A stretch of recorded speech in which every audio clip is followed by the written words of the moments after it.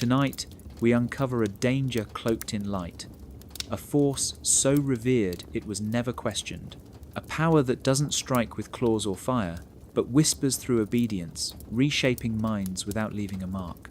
For centuries, angels have been hailed as protectors, messengers, guides. Their radiance promises salvation, their presence inspires awe. But beneath the glow lies something far more insidious, a surrender that feels like devotion, a control that masquerades as care. This isn't just about miracles or divine intervention. It's about will erased, curiosity stifled, choices quietly pruned. Those who follow blindly may believe they are safe, but safety can be the most exquisite form of confinement. Every act of guidance, every act of mercy carries a cost. Freedom is not stolen with force, it is seeded in trust. And the brightest beings, the most praised, may wield their power in ways that even the boldest human cannot resist. So before you dismiss this as just another tale of heaven and hell, ask yourself, what if the beings you pray to for protection are the ones most likely to shape your life without your consent? Like the video, subscribe, because tonight we step into the light, and not all illumination is harmless. They are described as radiant, glowing, dressed in light, beings so dazzling that artists through the centuries painted them with golden halos and perfect wings. Yet, behind that beauty hides something far more unsettling. Angels may not simply be guardians. They may be the most dangerous forces humanity has ever encountered, because what appears pure and bright can also blind, overwhelm, and reshape the human soul. When Scripture speaks of angels appearing, the first reaction is never comfort. It is fear. Again and again, the words "do not be afraid" are repeated, which tells us something important. Angels were not cute or harmless. They were terrifying enough to paralyze those who saw them, and that fear may not have been a mistake but part of their power. The danger of angels is not only in their strength, but in the authority they represent. Unlike demons who tempt and bargain, angels command. They arrive with orders, with decrees, and those decrees are not suggestions. They come from a realm where choice does not exist. When an angel speaks, history shifts. When they move, entire nations are shaped, and when they act, lives are changed forever, sometimes destroyed. Their beauty, the radiant form, the brilliance of light, is not there to soothe. It is there to disarm, to overwhelm the senses, to ensure obedience before a word is spoken. It is a weapon made of awe, and awe can be just as dangerous as fear. Imagine being faced with a being so perfect you feel worthless in its presence. Imagine it looking at you, and every secret in your heart is laid bare. That is not comfort, that is exposure. Angels do not need swords to cut through human defenses. Their very presence is a blade slicing through free will, and history is filled with accounts of angels appearing not to save but to strike. The story of Sodom and Gomorrah ends with fire raining down, fire unleashed after angels arrived. The angel of death in Egypt passed over houses marked with blood, but for those unmarked it brought mourning and silence. The angel with the flaming sword kept humanity from ever entering Eden again. These were not random acts of cruelty, but examples of a truth no one wants to face. Angels are not ours. They are not companions or caretakers. They are agents of a higher command, and their beauty makes their authority irresistible. That is what makes them dangerous. Demons at least show their threat openly.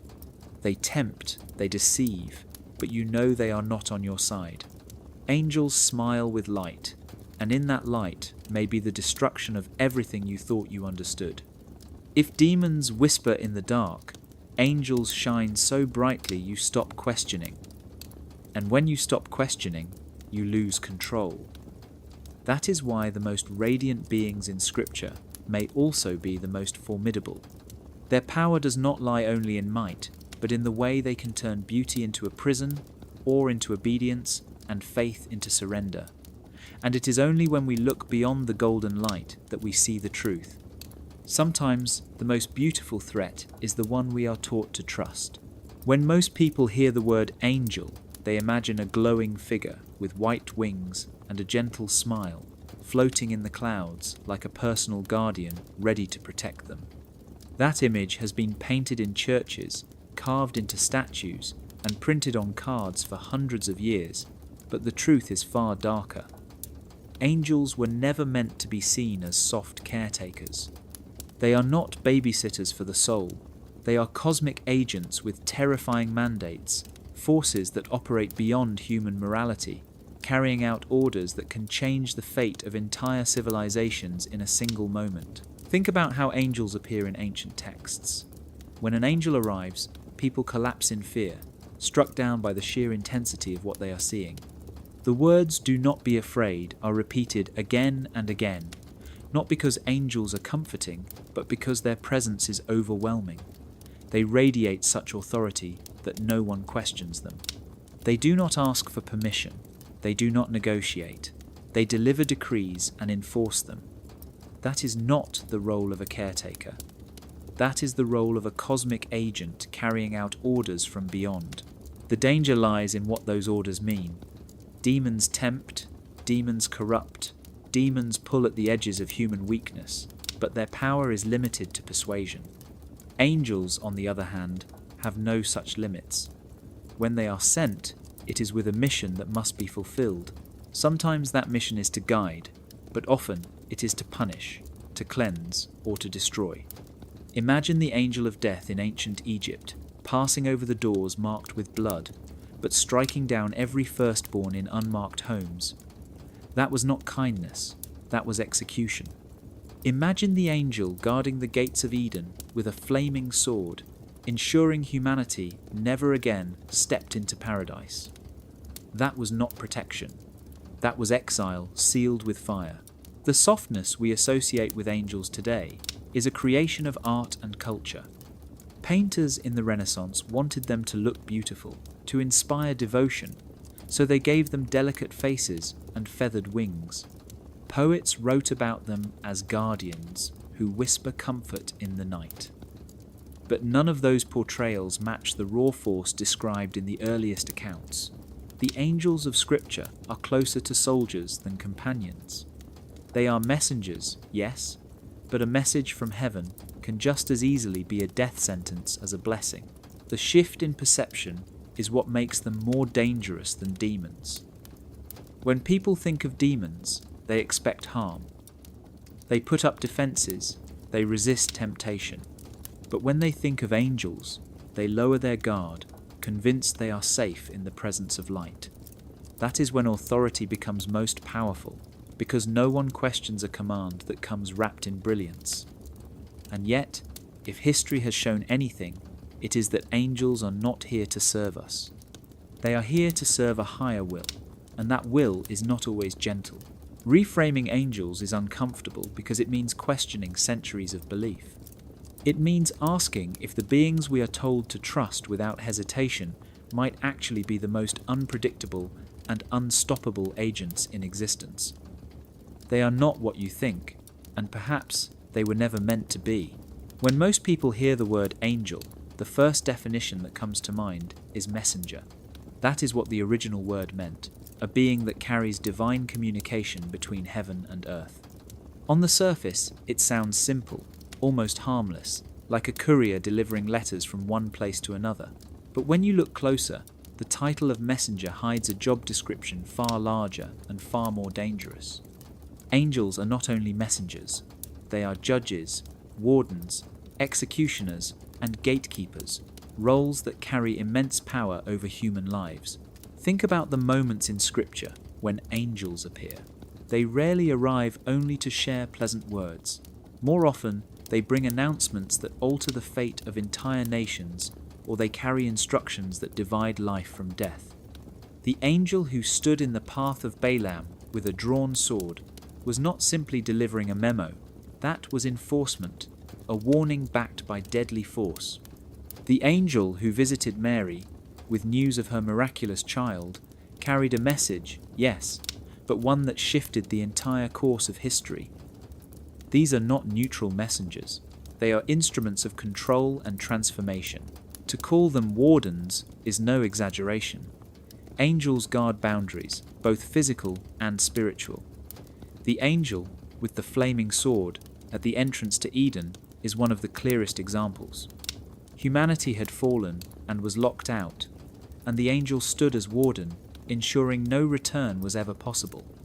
Angels also guarded holy sites, scrolls, and sometimes entire nations, deciding who was worthy of entry and who would be struck down. A warden holds keys, and when angels hold the keys, entire civilizations are at their mercy. As judges, their role becomes even more frightening. The story of Sodom and Gomorrah describes angels arriving as visitors, but acting as the final witnesses before destruction. They did not merely observe. They measured, they confirmed guilt, and their presence sealed the verdict. Judgment delivered by an angel is swift and unquestionable because it carries the weight of divine authority. When they judge, there is no court of appeal. And then there is the role of executioner. The angel of death is perhaps the most chilling example. In the time of the plagues of Egypt, it was not a demon that took the lives of the firstborn. It was an angel carrying out orders. In later stories during battles of ancient Israel, angels are described striking down thousands in a single night. These are not the acts of gentle guardians. These are executions carried out on a massive scale, precise and unstoppable. Finally, as gatekeepers, angels decide what humans may or may not experience. They guard secrets, limit access to knowledge, and enforce spiritual borders. They stand at the thresholds between worlds, ensuring that humans only see what they are permitted to see. A gatekeeper does not serve the traveller. A gatekeeper serves the one who owns the gate. So, when we call angels messengers, we are only telling part of the story. Their true function reaches into judgment, enforcement, and control. To mistake them for harmless couriers is to ignore the power they wield and the danger they embody. They are not only carriers of words, they are agents of destiny, and their messages are often delivered with fire. The image of a flaming sword has haunted human imagination for centuries. It first appears in the story of Eden, when humanity is cast out of paradise. At the gate stands an angel, armed not with chains, not with walls, but with a sword of light. This weapon burns with fire that never dies, a blade that glows as if cut from the sun itself. For generations, people have painted it as a symbol of divine wrath, yet it carries deeper meanings that reach beyond punishment. The sword of light is about purification, severance, and finality, concepts that are far more terrifying than the weapon itself. Purification sounds noble at first, as if fire cleanses what is unworthy. But fire purifies by burning away everything until only what cannot be destroyed remains. An angel's sword of light is not meant to comfort, it is meant to consume. To stand before it is to risk being stripped of every impurity, and in that process of burning away, what if the impurity is most of who you are? Purification through fire does not save. It transforms, often painfully, into something unrecognizable. The second meaning is severance. A sword cuts, it divides. It draws a line between what can stay and what must go. In Eden, the sword of light was not only a guard, it was a wall in motion, cutting humanity off from the tree of life forever. Severance is the act of ending connection, and when angels wield it, they separate humans not only from places, but from possibilities. The future itself is cut away, and no effort can restore it. A closed door may someday open. A severed path never returns. And then there is finality. A sword ends things. The flaming sword at Eden was not a temporary barrier. It was eternal. The message was clear. What is done, and no human hand will ever undo it.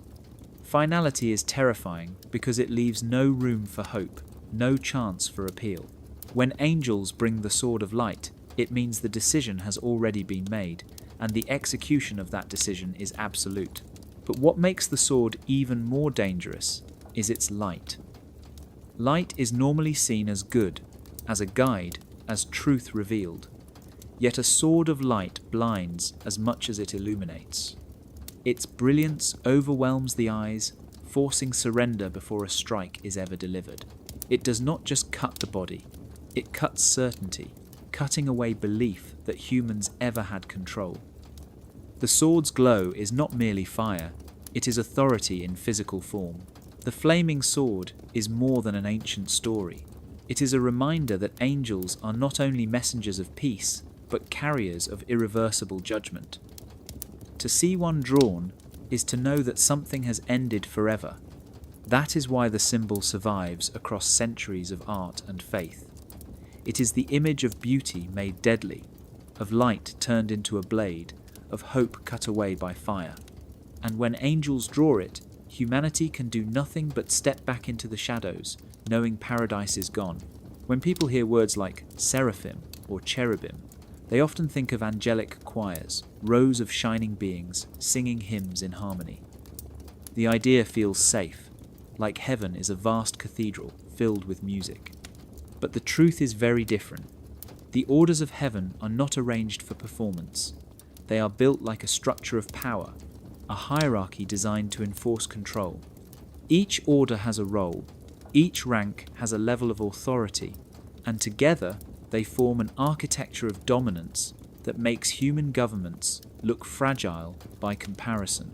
At the highest tier stand the seraphim, beings described as burning with fire, their very name tied to flames. They are not gentle singers.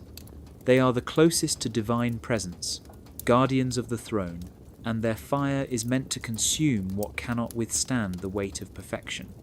Below them are the cherubim, not the cute baby angels painted in Renaissance art, but creatures described with multiple wings, faces of beasts and men, and the terrifying duty of guarding sacred spaces. Their role is not to comfort, but to keep out, to protect what must never be touched by human hands. Then there are the thrones, vast beings that serve as carriers of divine justice.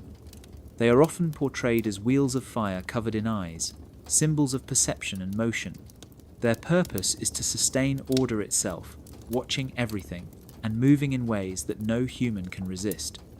Below them come the dominions, virtues, and powers, each level of authority responsible for commanding the ones beneath them, like officers in a military chain. The dominions instruct, the virtues perform signs and wonders, the powers fight wars against forces of opposition. Together, they form a system of order that is both beautiful and terrifying. What becomes clear when studying this hierarchy is that it is not about music or decoration. It is about control. Every rank has a duty that ensures the will of heaven is carried out without question. Angels do not operate in chaos. They exist in order, and order by definition means authority. From the highest seraphim to the lowest angel, there is no room for rebellion except in the rare case of those who fall. And when they fall, it is seen as treason, not error. The danger for humans is simple. When you encounter an angel, you are not meeting a free individual. You are meeting a representative of this architecture of power. What they say is not their choice. It is the decree of a system older and stronger than anything on earth. You are not dealing with a choir singer. You are dealing with a soldier, a judge, or a warden who knows their place in a cosmic hierarchy and acts without hesitation. The orders of heaven remind us that angels are not free spirits floating in light. They are ranks in a power structure that does not bend for human desire. And when that structure moves, when its ranks descend into the world, it is not music you hear, it is the sound of authority, the sound of obedience, and the sound of a hierarchy that rules without mercy. We are taught to believe that encountering the divine is the highest blessing, a moment filled with peace, light, and comfort. Yet the stories tell something very different. When people in ancient texts came face to face with angels, or with the presence of heaven, their first reaction was never joy, it was terror. Some fell to the ground trembling, some covered their faces, others begged for their lives. This was not bliss. It was shock, a kind of trauma brought on by overwhelming radiance that the human mind and body could not endure. The problem is that divine radiance is not like sunlight on your face. It is not warm or soft. It is blinding, crushing, and absolute.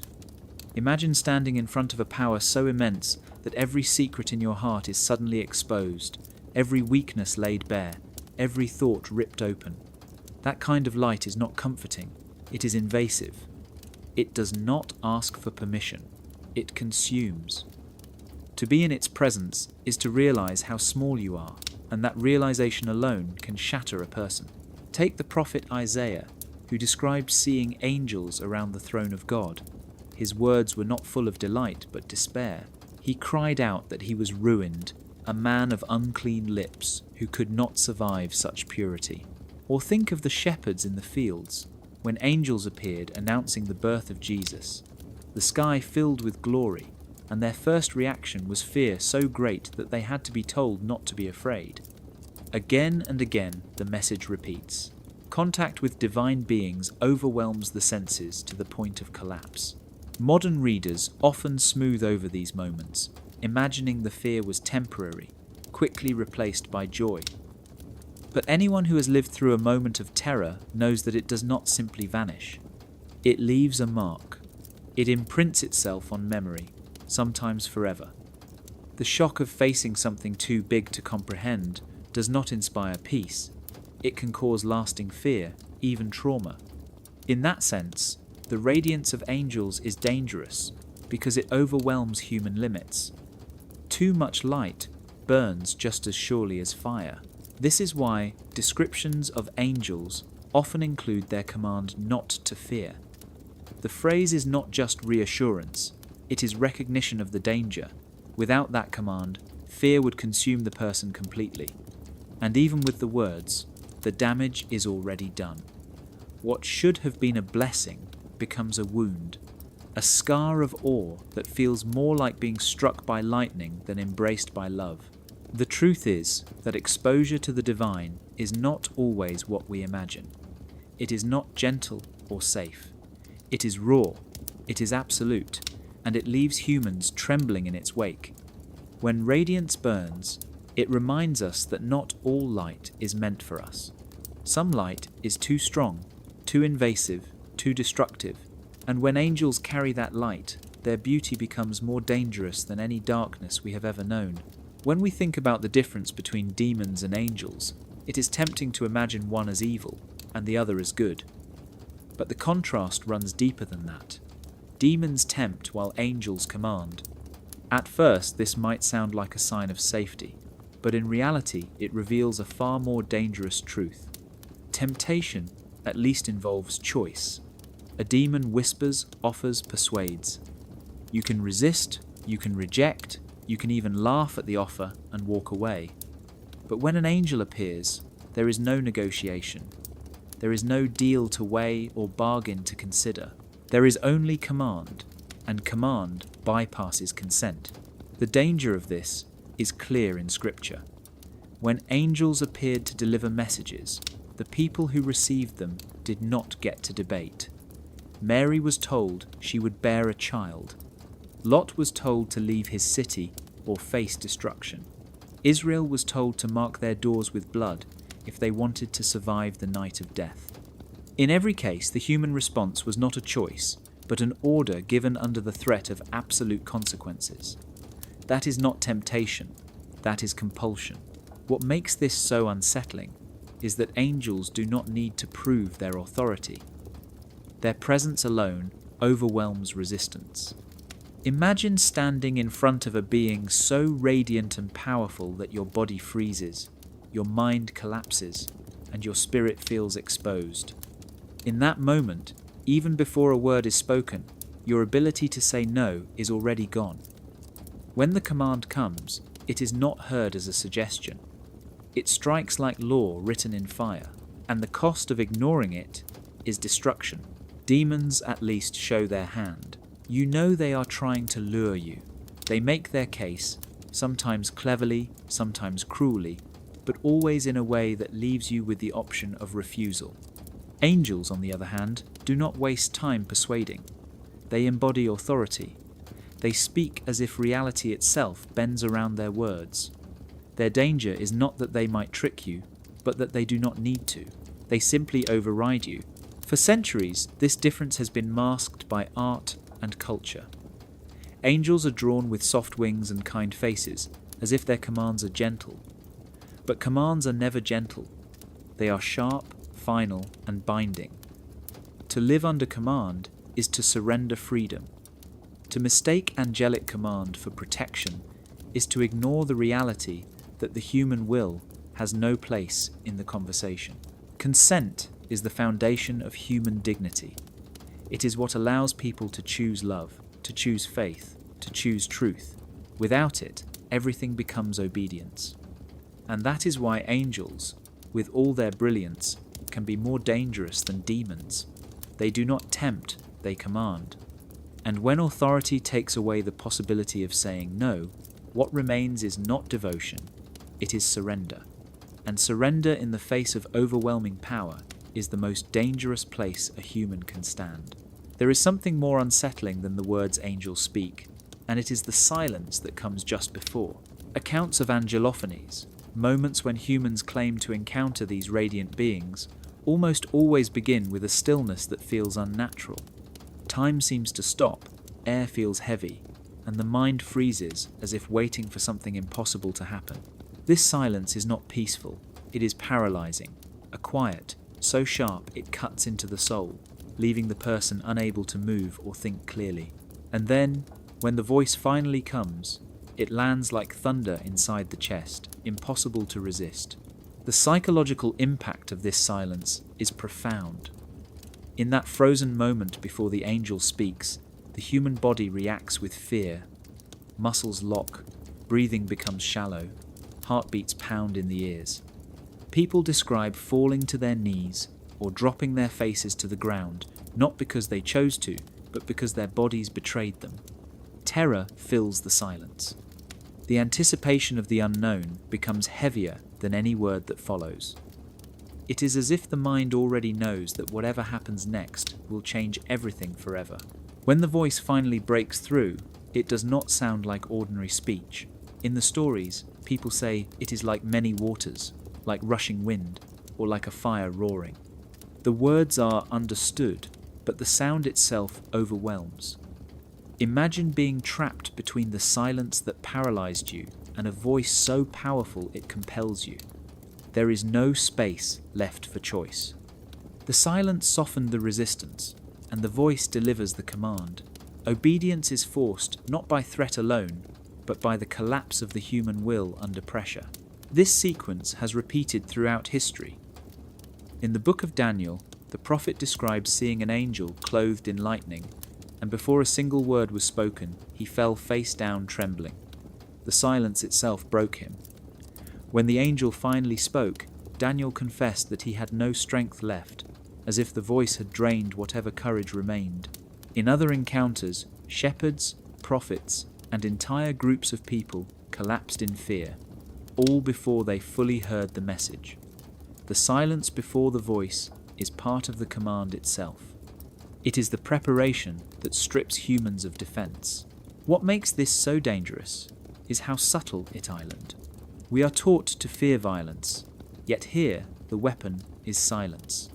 We are taught to value words, yet here the power lies in the pause before the words arrive.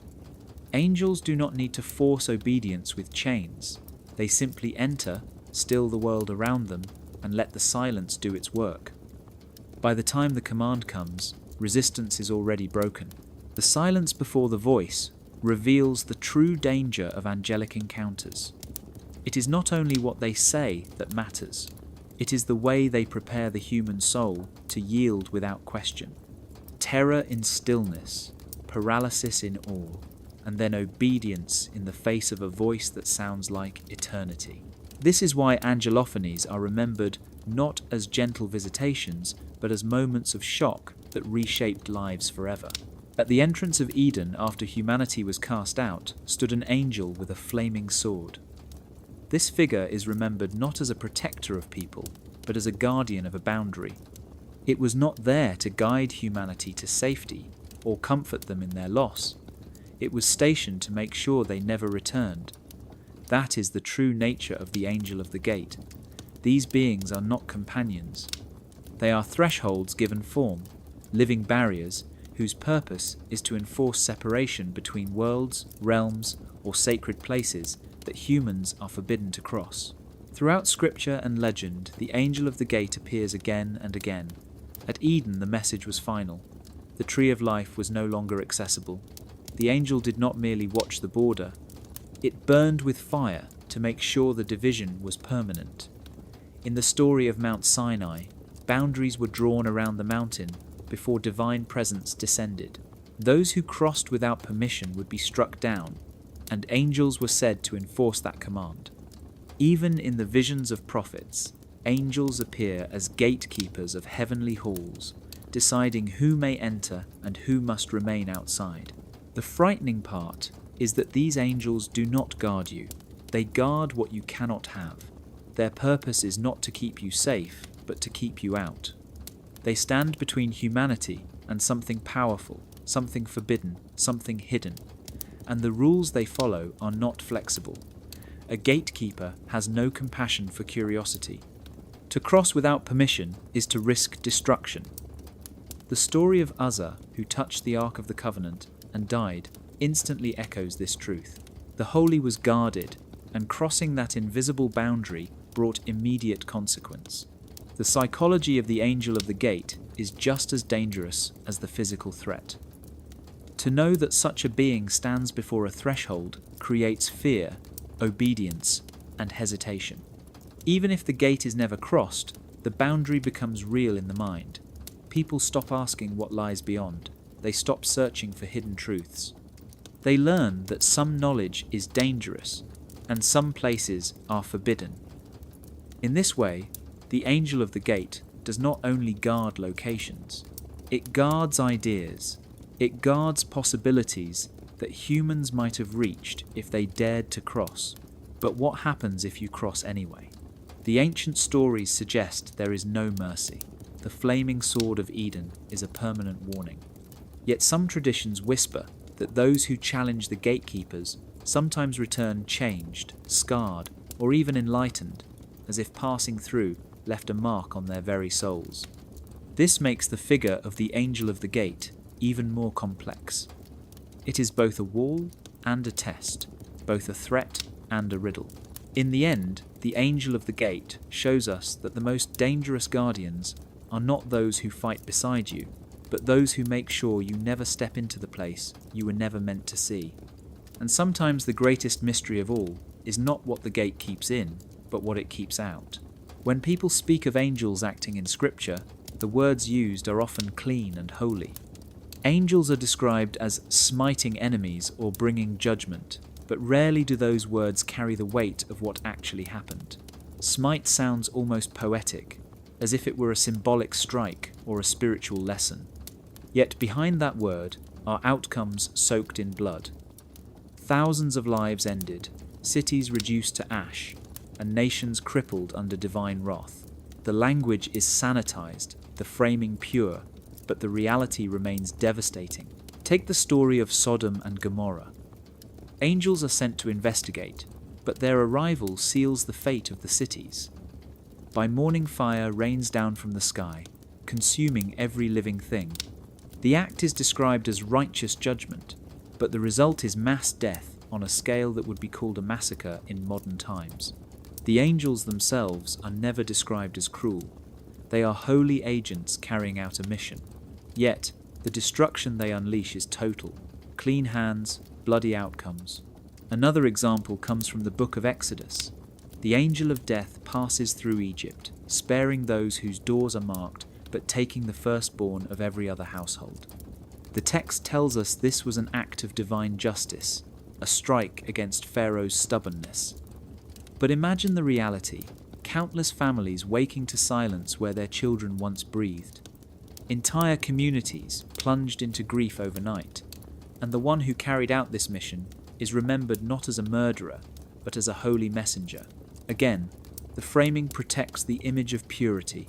while the reality leaves devastation in its path. The same pattern appears in stories of battle. Angels are described striking down armies in a single night.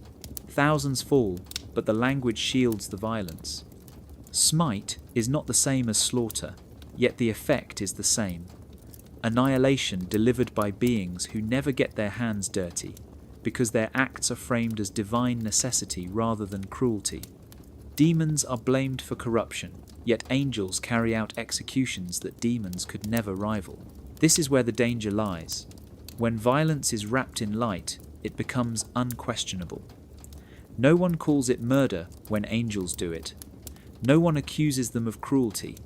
The word smite is repeated, the story told as a lesson, and the horror is forgotten. In this way, angels escape the stain of blood even when their actions leave nothing but destruction. To look closely at these stories is to realize that the difference between an angel's mission and a demon's temptation is not always in the outcome. It is in the framing. Demons tempt openly and are seen as evil. Angels strike without hesitation and are remembered as holy, and that is what makes them more dangerous. A being who destroys while being praised as pure holds a kind of power far greater than any demon ever could. Clean hands can still leave bloody outcomes, and history shows that angels have left more than a few. Free will is one of the ideas people hold most closely. The belief that we can choose our path, decide our actions, and shape our destiny gives life its meaning. But when we place angels and demons into that picture, the edges of free will begin to blur. Demons are said to bargain, offering temptation, whispering promises, dangling desires. Angels, on the other hand, are said to decree, delivering orders from above without question. At first, this makes demons seem like the greater threat, since they invite people to step off the right path. Yet, when you look closer, the greater danger may not come from temptation at all, but from commands that erase the possibility of choice. Demons are manipulators. They lure, they persuade, they promise things that may never come true, but their power stops where human refusal begins. A demon can offer the world, but it cannot force the deal. Even in old stories, the devil requires agreement, a signature, or a spoken word. The danger is real, but it still acknowledges human agency. A person can say yes or no. A person can resist. A person can choose. Angels do not work that way. They arrive in glory, overwhelming the senses, and they speak not as negotiators but as rulers. Their words carry the weight of law. Mary was not asked if she wanted to bear a child. She was told. Lot was not asked if he wished to leave Sodom. He was ordered. The prophets were not asked if they wanted the burden of visions. They were commanded to speak them. In each case, the human response was less about choice and more about surrender to something they could not refuse. This is where the edges of free will are cut away. The most unsettling part is that people often welcome this. When commands come wrapped in light, they feel sacred. No one dares to call it coercion when the voice comes from heaven. But coercion, it remains, and in some ways it is stronger than any demonic temptation because it does not even allow the illusion of choice. A bargain at least respects the boundary of human consent. A decree erases it. This raises a troubling question. Which truly erodes human agency more? The demon who offers a dangerous deal, or the angel who speaks with authority that cannot be denied? Most would quickly say the demon. But perhaps the more frightening answer is the angel. To be tempted is to struggle but still hold the power of refusal. To be commanded is to surrender before the struggle even begins. The edges of free will are fragile, and they are sharpest at the point where authority meets obedience. Angels, in their brilliance, are seen as protectors, but their decrees remind us that free will may not survive in their presence. What looks like guidance may in truth be domination. And once the decree is given, the freedom to choose vanishes like a shadow under blinding light. Some of the most dangerous moments in life are not the ones we see coming, but the ones we never realize are happening. Stories of angels often include trials, strange encounters that test human character, faith, or loyalty. The frightening part is that these trials are rarely announced. They are disguised as coincidences, as chance meetings, as sudden choices that feel small but carry weight far beyond what we can imagine. Angels do not always appear with flaming swords or radiant light. Sometimes they appear as strangers at the edge of town, travelers in need, or even thoughts that seem to come from nowhere. And in those moments, without warning, a life can be defined by the decision made. Take the ancient story of Abraham. 3 figures appeared by his tent, and he treated them with honor, offering food and shelter. It was only later revealed that these were messengers of heaven. Abraham was not told he was being tested, but his actions in that moment became part of the foundation of his legacy. Lot too was tested when angels came to Sodom. His decision to welcome them into his home placed him on a path that would save his life while the city around him burned. Neither man knew at first that they were standing in the middle of a trial. Their choices in ordinary situations carried eternal consequences. This is where the danger lies. If angels disguise trials as coincidences, then failure is not only possible, but almost inevitable. A missed opportunity, a wrong word, a selfish act could be counted as failure in a test you never knew you were taking. And unlike a school exam, there is no second chance, no retake. The consequences arrive swiftly, sometimes silently, shaping destiny without explanation. To fail an angelic trial might mean losing protection, losing favor, or stepping unknowingly into disaster. The psychological weight of this is immense. Imagine living in a world where every stranger could be an angel, where every choice could be a hidden exam, where nothing is truly ordinary. Life becomes a maze of suspicion and pressure. Acts of kindness are no longer just kindness, they are potential survival. Acts of selfishness are no longer just mistakes. They may be permanent marks against your name. Angels may never announce themselves, but their silence makes the trial even heavier. For many people, this uncertainty creates fear. If angels are watching, if every moment can be a hidden test, then free will feels like a trap. You may think you are choosing freely, but in reality you are walking through an endless exam where the questions are invisible and the answers unknown. And the worst part is that passing or failing can alter an entire life. A single choice can mean salvation or ruin, blessing or curse. That is why angelic trials are so dangerous. They are not obvious battles with demons or visible temptations. They are quiet, hidden, disguised as chance. And by the time you realize you were being tested, the result has already been written. Dreams have always been described as mysterious windows into the soul, but in ancient stories they were also doorways through which angels entered. When angels came in dreams, their messages were rarely soft suggestions. They were commands disguised as visions, instructions delivered in a way that bypassed waking resistance. In the silence of sleep, the human mind is most vulnerable. Logic is quiet, defenses are down, and images slip directly into memory. This is what makes angelic dreams so powerful. They do not simply inform, they reprogram. Consider the story of Joseph in the New Testament. An angel appeared to him in a dream, telling him not to abandon Mary, and later commanding him to flee with his family to Egypt. These were not casual pieces of advice. They were directives that altered the course of history. When Joseph woke, he did not question. He obeyed. The dream had already rewritten his will. Ancient texts repeat this pattern. Prophets saw visions in the night. Kings received warnings while asleep. And entire nations shifted because of instructions whispered into the minds of people who thought they were merely dreaming. What makes these dreams so unsettling is how little control humans have in them. In waking life, at least you can argue, resist, or try to say no. In dreams, your conscious guard is gone. You see what you are shown. You feel what you are told to feel. The message does not knock at the door of your mind, it walks straight through. This is why many who experienced angelic dreams awoke changed, sometimes with new courage, sometimes with unbearable fear, but always with direction that seemed unquestionable. Modern psychology tells us that dreams shape memory and identity.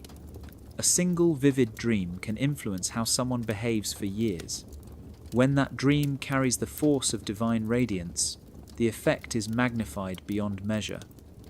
People who encountered angels in dreams did not just wake with information, they woke with new destinies written inside them.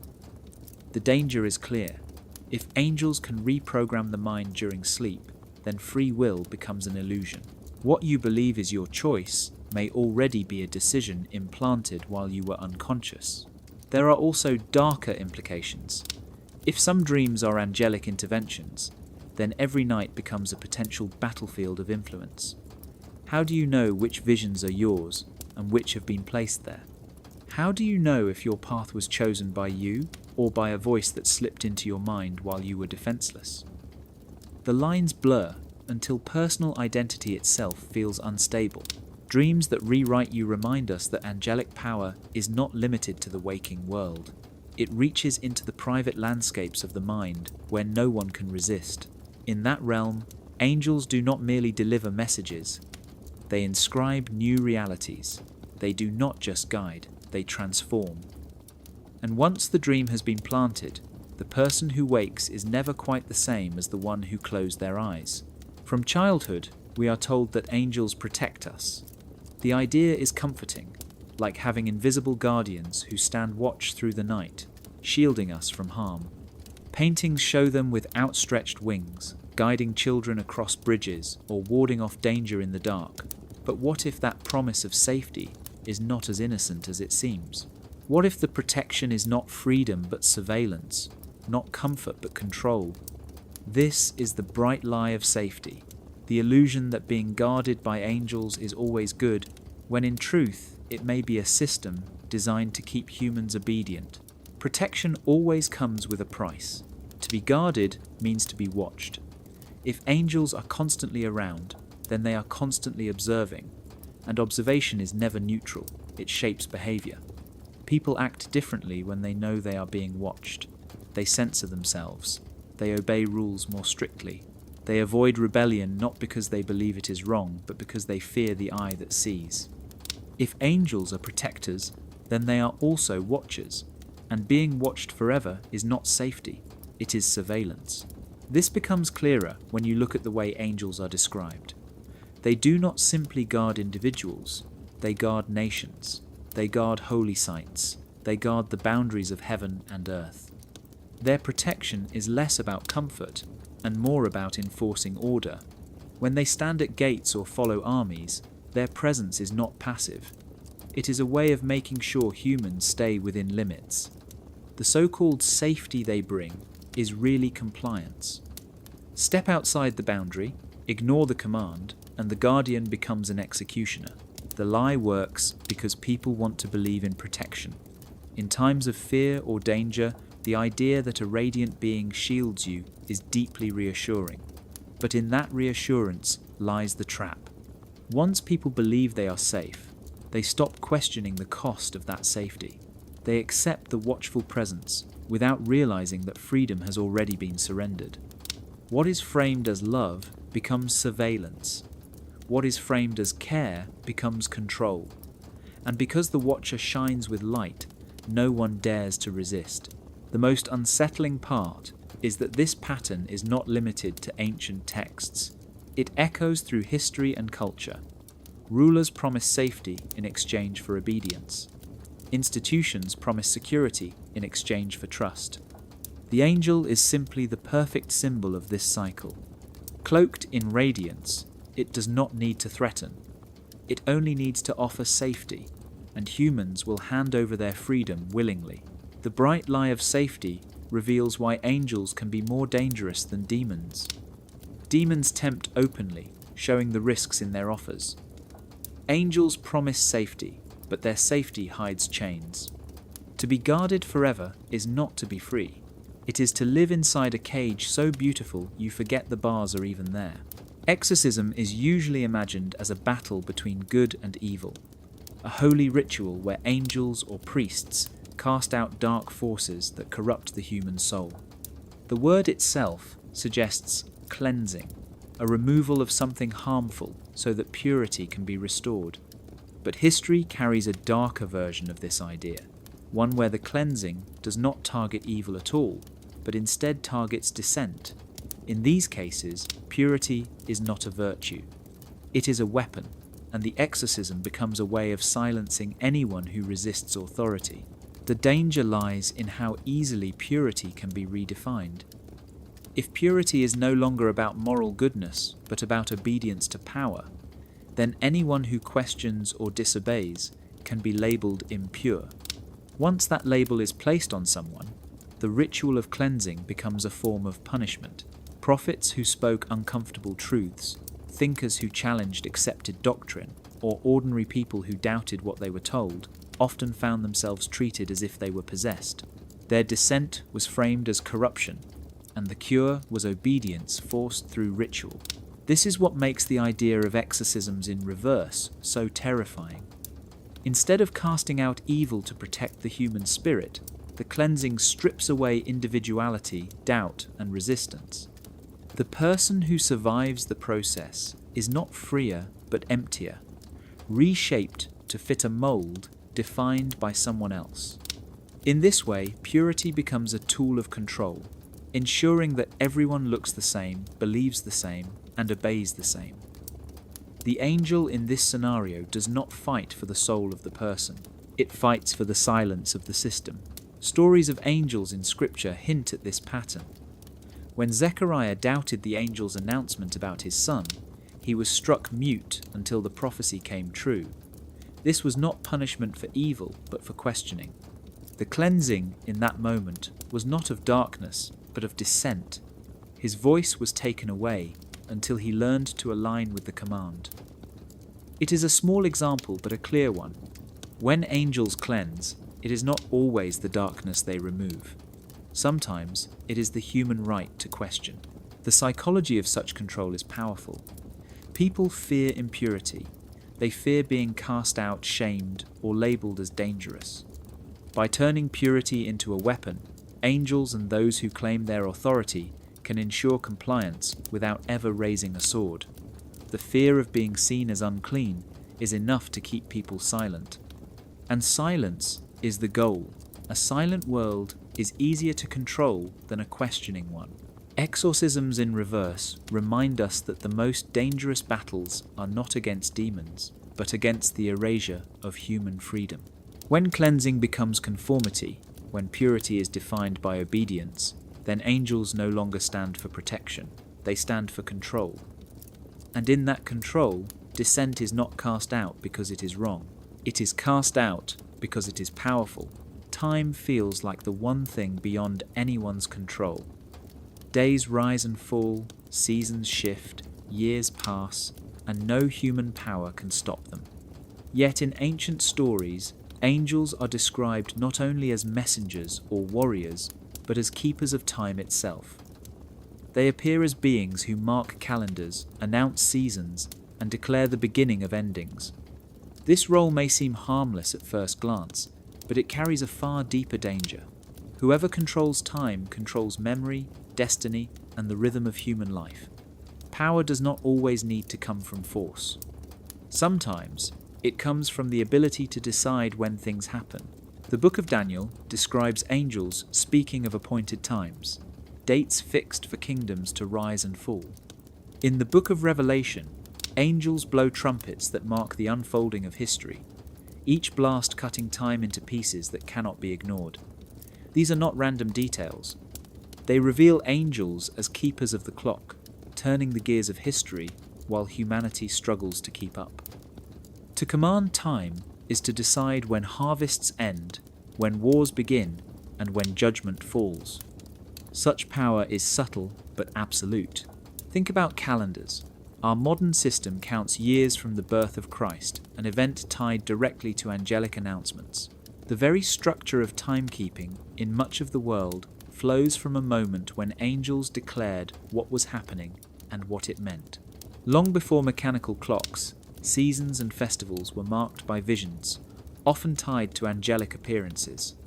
A voice from heaven did not only deliver messages, it carved history into dates that would shape every generation afterward. This dominion over time is more dangerous than open violence. A sword can destroy a body, but control of the calendar can shape entire civilizations. If angels decide the hour of judgment, then humanity waits in fear for a time it cannot predict. If angels decide when the end comes, then human plans, hopes, and freedoms are always subject to interruption. Time becomes a leash, invisible but unbreakable, binding people to a schedule they did not choose. The psychological impact is heavy. Knowing that seasons and endings are in the hands of beings beyond comprehension turns every moment into suspense. Life feels less like a journey and more like a countdown. And because angels are wrapped in light, their control is rarely questioned. People accept the calendar, the prophecy, the appointed hour, without realizing that obedience to time is obedience to those who declared it. Demons may whisper temptations, but angels shape the very hours in which choices can be made. That is a far deeper form of control. Dominion over time means dominion over life itself. To hold the seasons is to hold the pulse of humanity. And when angels stand as keepers of calendars and endings, they do not need to fight to rule. They only need to let the clock run, for the clock itself becomes their weapon. When people imagine heaven, they often picture endless light, choirs of angels singing in harmony, and a sense of peace beyond human understanding. But the descriptions found in scripture and tradition tell a different story, one that looks less like a dream and more like an office. Heaven is often described as having strict orders, layered ranks, and sealed scrolls of command. It is not chaos. It is a system, a perfect administration. And while perfection in organization sounds like a blessing, it can also be perfectly merciless. The prophets who described visions of heaven saw thrones, dominions, powers, and authorities, all operating within a hierarchy so precise it resembled a cosmic government. Every angel has a rank. Every rank has duties. Seraphim guard the highest presence. Cherubim defend sacred boundaries. Thrones embody divine justice. Beneath them, dominions, virtues, and powers execute commands. Archangels carry out missions to earth, and ordinary angels deliver decrees to individuals. It is a flawless chain of command, but like all flawless systems, it leaves no space for compassion. Orders flow downward and must be obeyed. The sealed scrolls mentioned in the Book of Revelation make this even clearer.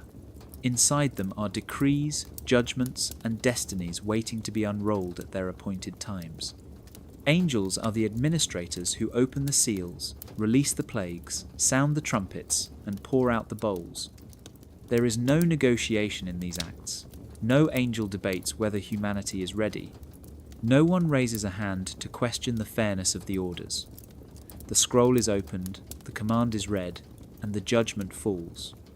This is bureaucracy in its purest form. The danger of such administration is that mercy becomes irrelevant. In a system where every task is defined, where every rank knows its place, and where the documents of destiny are sealed until the moment of execution, there is no room for hesitation. Humans may plead, they may cry out, but angels do not bend rules. They enforce them. What is written must be carried out. The system is efficient, but efficiency can be cruel when applied to human lives. Think of how earthly bureaucracies function. A law is passed, and officials enforce it without ever meeting the people affected. A form is rejected, and lives are ruined because of missing ink.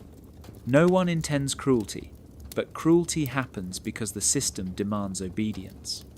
Now imagine that system raised to a cosmic level, with beings of unimaginable power carrying out decrees written before you were even born. That is the bureaucracy of heaven. It does not require hatred to destroy. It requires only order. This vision of heaven strips away the romantic image of angels as free spirits of light. they are not free. They are officials in a cosmic administration, executors of plans they did not write, servants of a structure that does not change. And while that structure may shine with brilliance, its perfection is its danger. Because in a world where every command is sealed, every role defined, and every outcome scheduled, mercy is not needed. The system itself is absolute. Beauty is usually seen as harmless, something to be admired, something that brings peace or joy. But in the stories of angels, beauty is never just decoration, it is power. The glory they radiate, the brilliance that surrounds them, is not simply for show. It is a weapon, one of the most effective forms of authority ever imagined. When a being shines with overwhelming beauty, skepticism dissolves, doubt fades, critical thought shuts down. Humans are not wired to question what dazzles them. They are wired to submit. In ancient accounts, whenever angels appeared, people fell to their knees. Not because the angels argued persuasively, not because they offered evidence, but because their radiance was too much to resist. Light blazed around them, faces shone like lightning, garments glowed brighter than the Sunday. This beauty was not gentle, it was overpowering. To stand before, it was to feel small, unworthy, and incapable of resistance. Words like fear and awe are repeated over and over, showing that beauty itself was used as a form of control. The danger of aesthetic authority is that it bypasses reason. Normally, when someone gives a command, humans weigh it against their own judgment. They ask if it is fair, if it makes sense, if it is worth obeying. But when an angel speaks from within a storm of glory, those questions never form. The beauty itself silences them. The command feels unquestionable, not because of its content, but because of the way it is delivered. In that sense, beauty is more dangerous than force. Force can be resisted. Beauty makes resistance feel impossible. This tactic is not limited to scripture. Throughout history, rulers and institutions have surrounded themselves with beauty to legitimize power. Golden thrones, jeweled crowns, cathedrals filled with stained glass, all are designed to overwhelm the senses and convince people that authority is sacred. Angels embody this principle to the extreme. Their very presence is art weaponized, aesthetics sharpened into control. The psychological effect is lasting. People who claim to have seen angels often describe their lives as forever changed, not only by the message, but by the sight itself. Once you have been blinded by glory, every ordinary doubt feels petty. Every question feels like rebellion. The memory of beauty itself becomes a chain, binding the mind in loyalty even long after the encounter is over. This is why beauty, in angelic form, can be more dangerous than any sword. A blade wounds the body, but glory reshapes the soul. A sword can kill, but radiance can enslave. And the most unsettling part is that it feels good. People welcome it, they long for it, they trust it without hesitation. That is the brilliance of beauty as a weapon. It conquers without war, it silences without threat, and it binds without chains. And in the hands of angels, that weapon has been wielded for centuries with devastating effect. Holy places are often spoken of as sanctuaries, safe spaces where the divine feels close, and where ordinary life gives way to something sacred. But the truth is that these places have always carried danger. Temples, gates, and graves were not simply markers of faith. They were thresholds, guarded and enforced by angels whose role was not to welcome but to restrict. To cross into a holy place without permission was to risk death. The very places described as sacred were also traps of taboo, and the angels who stood watch made sure those taboos were never broken. In the ancient world, temples were not open to all.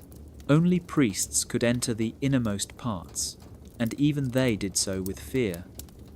Angels were described as standing guard around holy structures, ready to strike down anyone who crossed the line. The Ark of the Covenant carried through the wilderness, was one of the most dangerous objects in history precisely because it was surrounded by invisible enforcement. When Uzzah reached out to steady it, he fell dead on the spot. The story does not describe a demon's attack. It describes a holy object guarded by divine power, the kind of power angels were known to enforce. Gates are another example. Whether the gates of Eden, the gates of heavenly visions, or even the gates of temples in Jerusalem, angels are consistently pictured as guardians. Their role was not to guide humanity in, but to ensure humanity stayed out unless explicitly permitted. These thresholds were barriers, reminders that the divine was not freely accessible. To step through without sanction was to commit a crime punishable not by human law, but by heavenly retribution. The beauty of the gate was a lure, but the guardian at the threshold made sure it could also become a grave. Even graves were considered holy places, where angels enforced boundaries. Ancient writings describe angels stationed at tombs, ensuring that the resting places of the dead were not violated. When the women visited the tomb of Jesus, angels were already present, sitting in silence like wardens. These guardians were not there to comfort. They were there to remind humanity that even in death, certain places remained under strict control. The ground itself became dangerous when the rules of holiness were broken. The psychological effect of these holy places is profound. They inspire awe, but also fear. People learn not to approach too closely, not to touch, not to ask questions. The threat of angelic enforcement ensures obedience without words.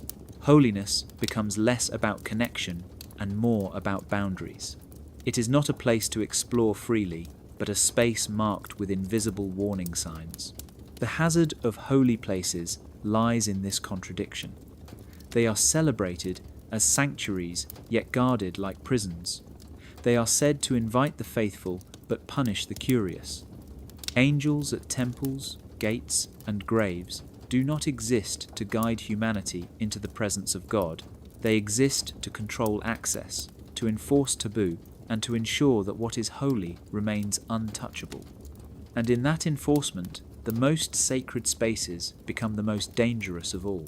Oaths are often seen as noble. To swear before heaven, to bind your word with sacred weight, is treated as the highest form of promise.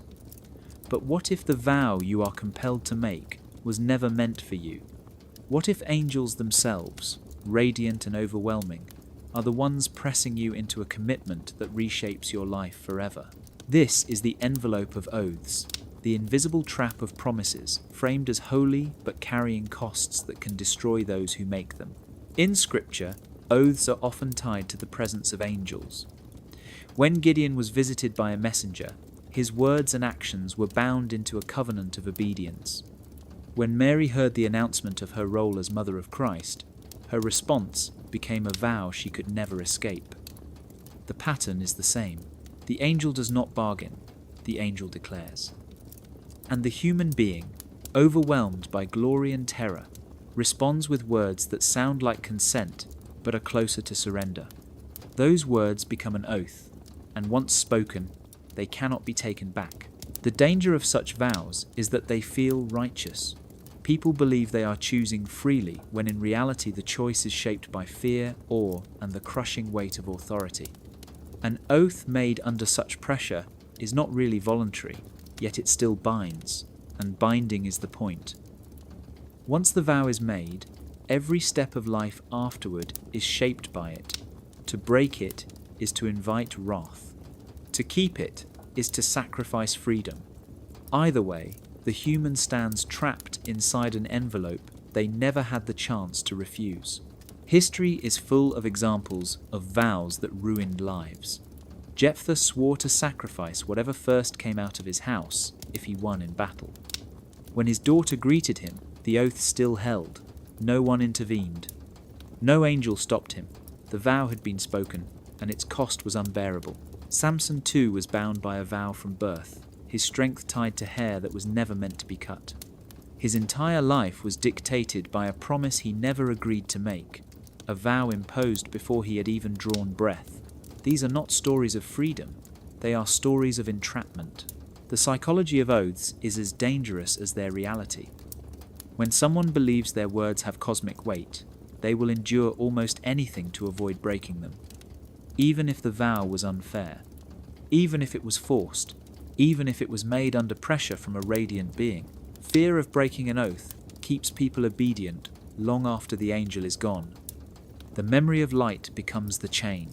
The envelope of oaths reveals the darker side of angelic authority. It shows that promises made in the presence of glory are not always holy, but sometimes traps. A vow, compelled by the good, can cost more than any temptation whispered by evil, because once an oath is made, it does not need to be enforced again. It lives inside you, shaping every choice until the price is finally paid. When people think about demons, they usually imagine shadowy figures waiting to pounce, deceivers who trick their victims into ruin. And in many stories, that is true. But there is a strange paradox at the heart of these encounters. Demons cannot act without consent. They tempt, they persuade, they bargain, but they still require agreement. Angels, on the other hand, do not ask. They command. They demand surrender.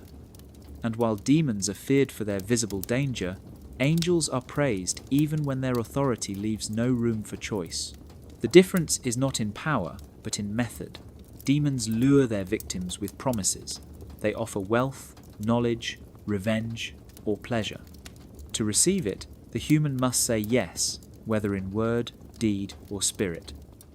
That is why so many stories of possession begin with an invitation, even if the invitation is foolish. The demon cannot cross the line without consent. This makes their danger visible. You can see the trap, you can recognize the bargain, and once you recognize it, you can refuse. Angels work in the opposite way.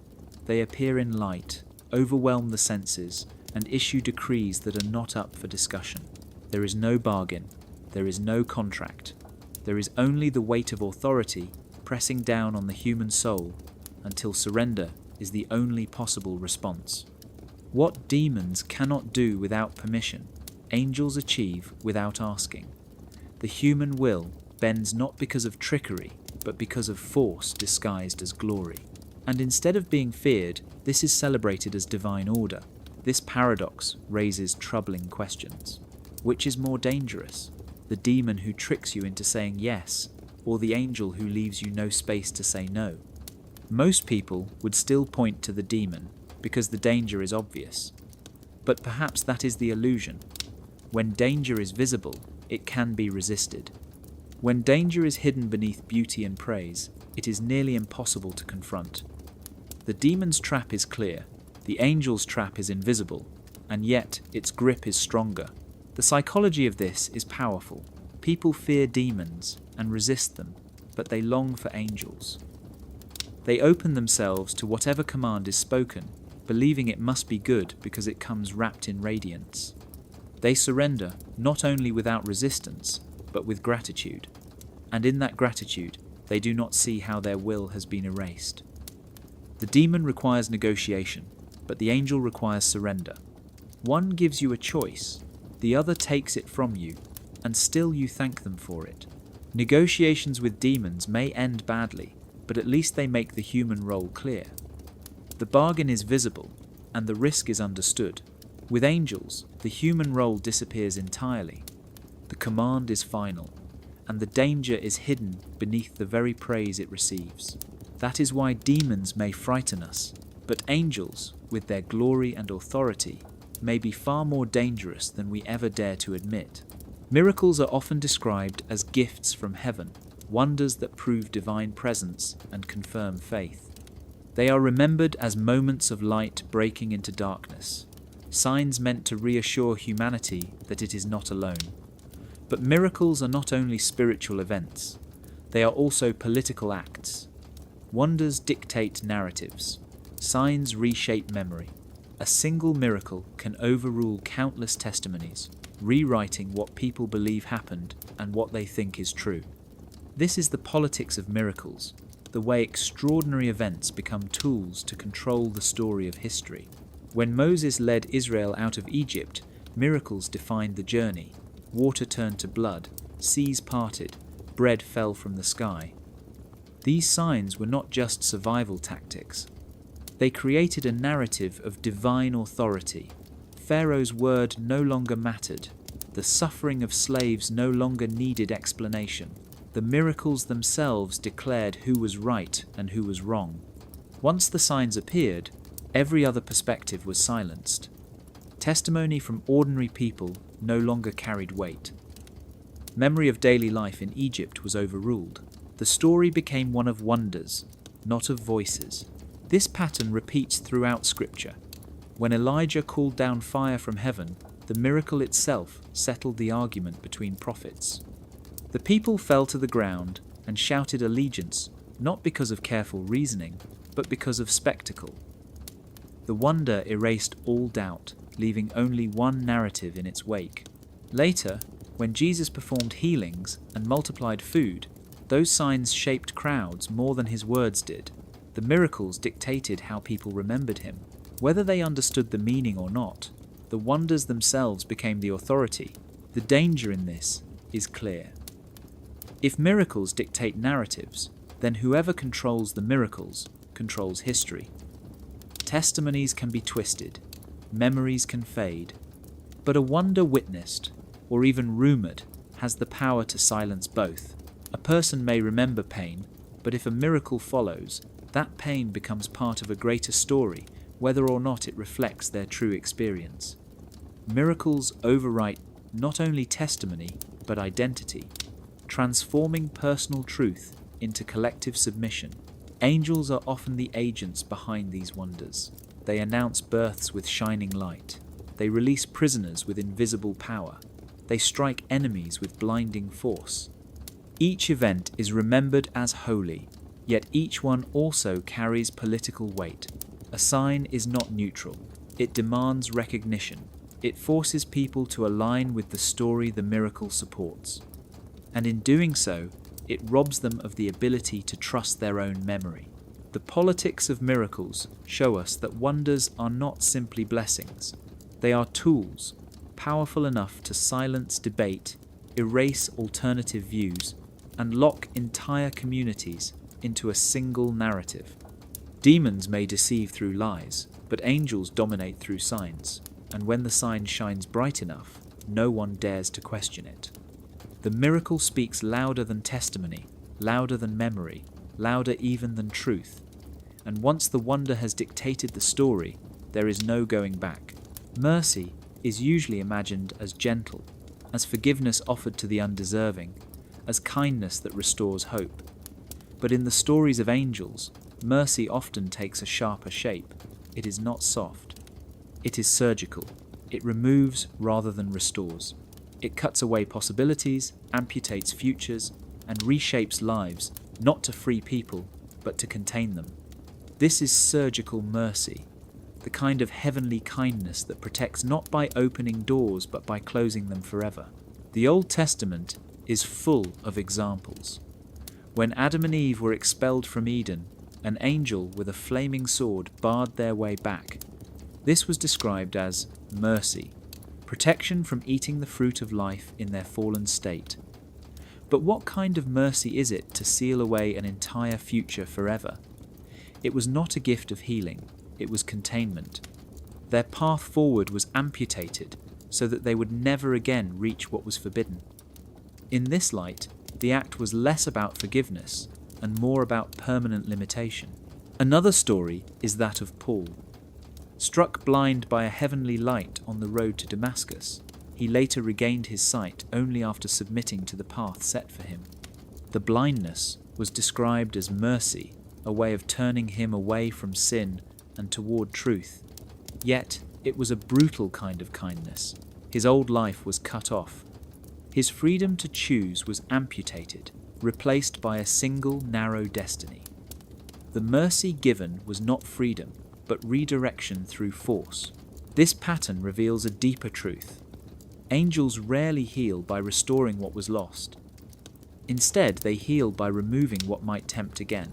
A limb, a freedom, a future, all can be sacrificed in the name of preventing sin. To human eyes, this may look cruel, yet in Scripture it is called mercy. And that is the most unsettling part, because once mercy is defined as containment, then any act of restriction can be justified as love. The psychology of surgical mercy is devastating. A person who receives it may feel grateful even while living inside a cage. They are told the door was closed for their own good, that the future cut away was dangerous, that the limits imposed are signs of care. Over time, they may even believe it. This transforms mercy from an act of compassion into a tool of control. By calling amputation kindness, the system ensures that no one dares to protest. Surgical mercy shows why angels can be more dangerous than demons. A demon tempts but leaves the possibility of resistance. An angel cuts away the possibility altogether and calls it love.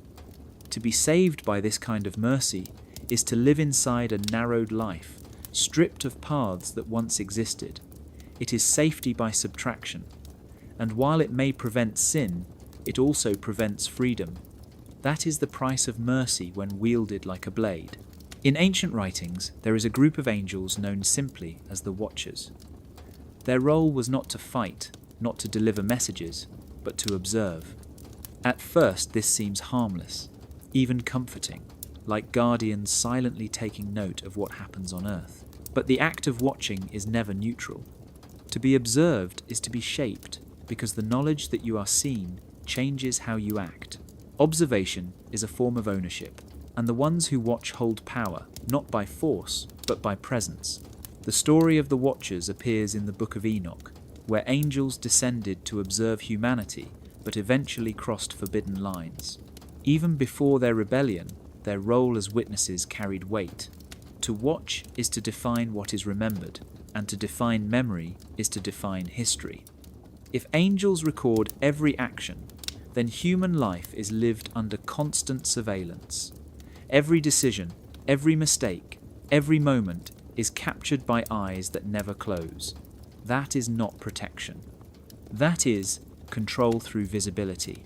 The danger of being watched is that it removes privacy. People act differently when they know they are seen. They censor themselves, they hesitate, they conform. The same is true with angels.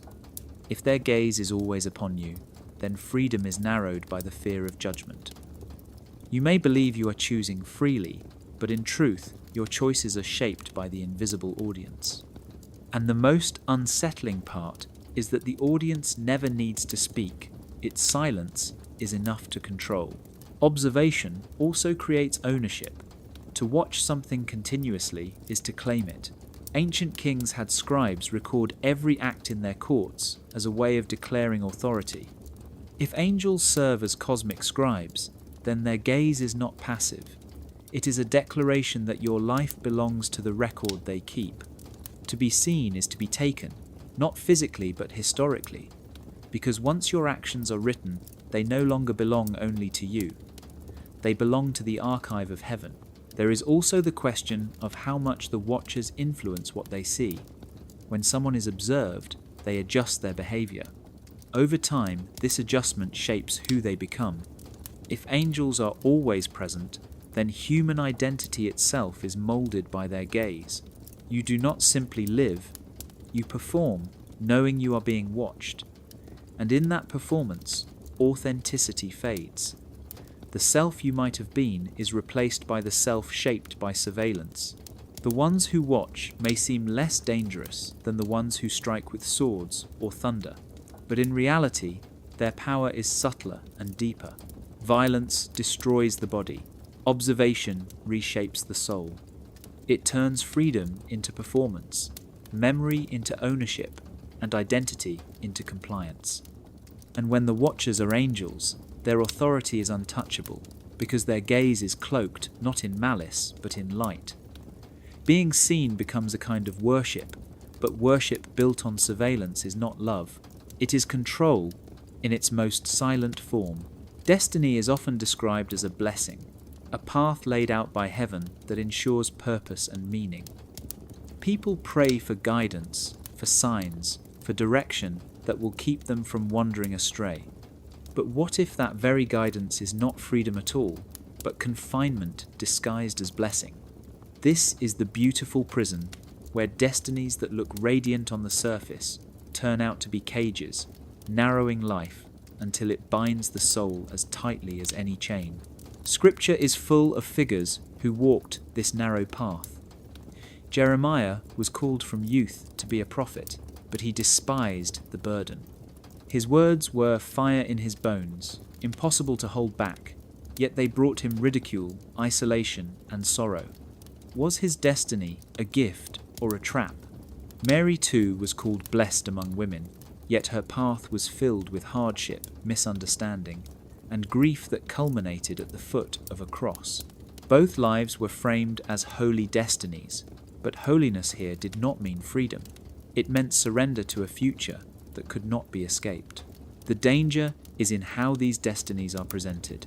They are wrapped in light, spoken by angels, and declared as blessings. Who would dare to call them prisons? Yet, if you look closer, the pattern is clear. A destiny declared by heaven is not guidance in the sense of options, it is instruction. It narrows the path, removing every fork, every alternative. The person may be honoured in words, but in truth they are bound, their future sealed by a command they never asked for. This is what makes the beautiful prison so deceptive. It feels like protection.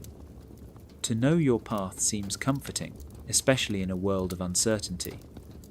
But when the path is fixed, freedom dissolves. You are not choosing where to walk. You are only following the route laid out for you, no matter how radiant it appears.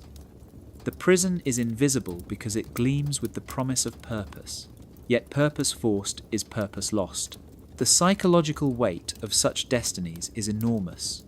People who believe they are chosen often live with pride and fear at the same time. Pride, because they carry the mark of heaven. Fear, because they cannot escape. Every decision feels predetermined. Every mistake feels magnified. And every attempt to step aside feels like rebellion against the divine. Over time, identity itself is consumed by the destiny imposed. The person disappears. Only the role remains. The beautiful prison is a reminder that not all blessings are freedom. Some are chains polished until they shine. Guidance that narrows until it binds may look like love, but it is closer to control. Demons may tempt you with false choices, but angels may remove choice entirely and call it destiny. And while one path leads to danger, the other leads to confinement. The difference is only this: one feels cursed, and the other feels blessed. But in both, the bars remain. The phrase fallen angel immediately conjures images of rebellion, pride, and corruption. We are told these beings turned against heaven out of arrogance, that they chose darkness over light. But what if the story is not so simple? What if falling did not mean becoming evil but refusing an order that could not be obeyed? To fall may not always mean to betray. Sometimes it may mean to resist an impossible command, and the punishment for resistance is exile branded as sin. The most famous story of a fall is that of Lucifer, often described as the brightest of angels who refused to bow. Tradition paints him as prideful, seeking to rival the Creator. Yet another way of seeing it is that he was given an order he could not accept, one that stripped him of identity and demanded blind surrender. Refusing such a command in a perfect system would not be tolerated, and so his refusal became rewritten as rebellion. His fall became a cautionary tale, but perhaps, at its heart, it was a story of conscience. Other traditions speak of the Watchers, angels sent to observe humanity who became entangled in the lives of those they were told to only watch. Their so-called fall was not out of hatred, but out of compassion, a refusal to remain distant. They crossed a boundary imposed by heaven and were cast down for it. In that sense, their fall was not corruption, but disobedience to an order that demanded detachment from the very beings they were told to guard. To fall in such a context looks less like sin and more like resistance to a system without mercy. The danger lies in how the story is told. By labeling refusal as rebellion, the system ensures that no one sympathizes with those who resist. The fallen are painted as monsters, demons, enemies of truth, when in reality, their crime may have been hesitation, doubt, or the courage to say no. This narrative prevents questions, silences compassion, and ensures obedience from those who remain. If to fall is always evil, then no angel will ever dare to resist again. The psychology of this is chilling. Imagine being in a hierarchy where every order is final, where every command must be obeyed, and where even the slightest doubt brands you forever as damned. Angels live inside this system, and humans are told to admire it. Yet what looks like perfect loyalty may be closer to fear, and what looks like evil rebellion may be closer to conscience. When angels fall, it may not be because they love darkness. It may be because they were confronted with commands too heavy to bear, orders that demanded the erasure of self. To refuse in such a system is to lose everything. To obey is to surrender freedom.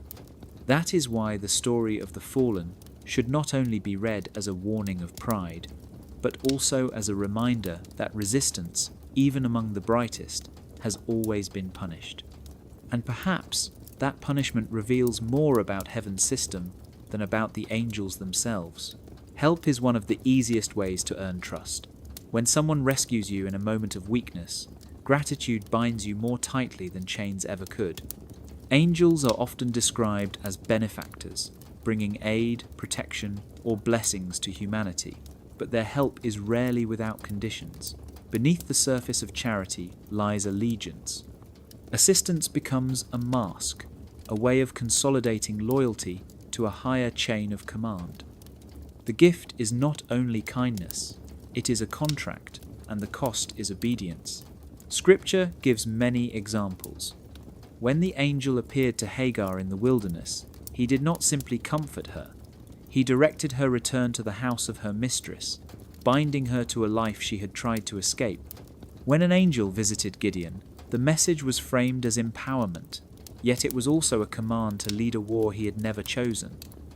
Help came wrapped in strings tied to a larger design. The person who received aid also received orders. Gratitude became duty. The danger of such benefaction is that it cloaks control in generosity. If a demon demanded allegiance, people would resist. But when an angel saves you, it feels ungrateful to question what follows. This is how help consolidates allegiance. It shapes loyalty not through fear but through debt. You obey not because you are forced, but because you feel you owe. And that sense of owing can last a lifetime, bending choices long after the moment of aid has passed. History echoes this same pattern. Kings and empires often distributed charity to secure loyalty. Food, shelter, and protection were framed as generosity, but in truth, they were methods of ensuring allegiance. Angels function in a similar way. Their blessings are real, but they are also strategic. By answering prayers, by saving lives, by appearing in radiant moments of crisis, they establish themselves not only as helpers, but as masters. The one who is saved does not simply walk away free. They walk away bound to a higher chain of command. The psychology is subtle.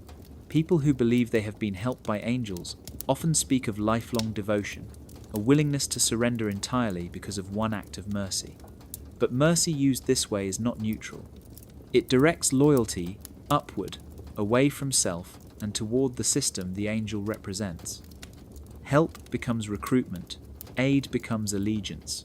The benefactor's mask hides the commander's face, but the command remains. The masks of the benefactor reveal that angels do not always operate as selfless guardians. Their charity often functions as a strategy to bind, ensuring that every gift becomes a reminder of who holds power.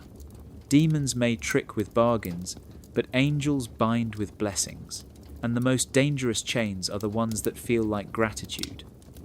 In the end, help that demands allegiance is not kindness at all.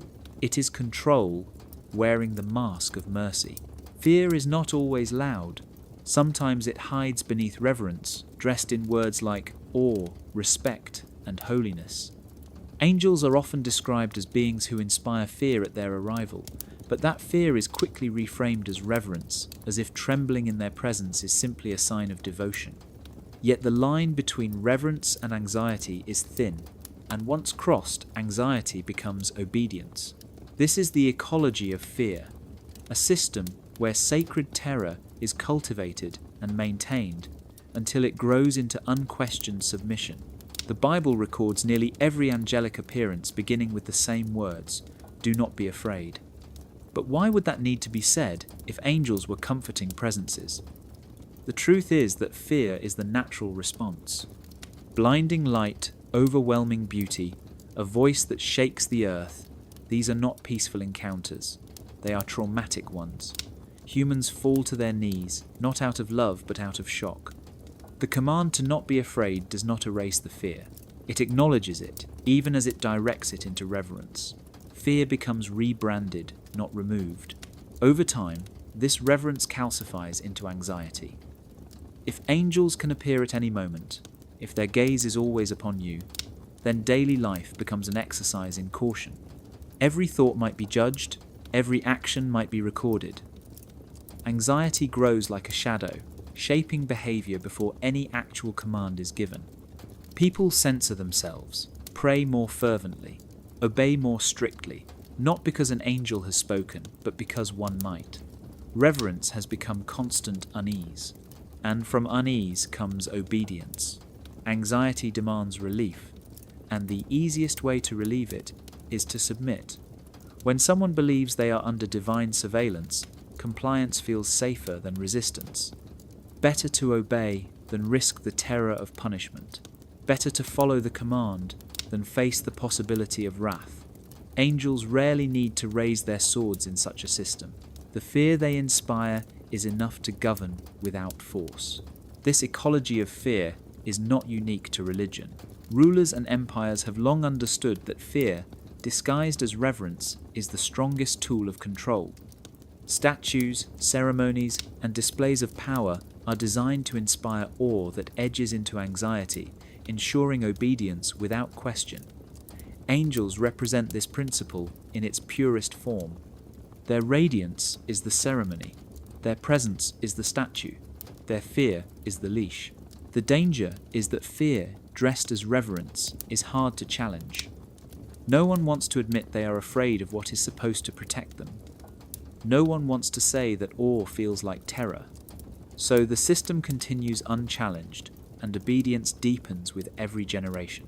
The ecology of fear reveals why angels may be more dangerous than demons.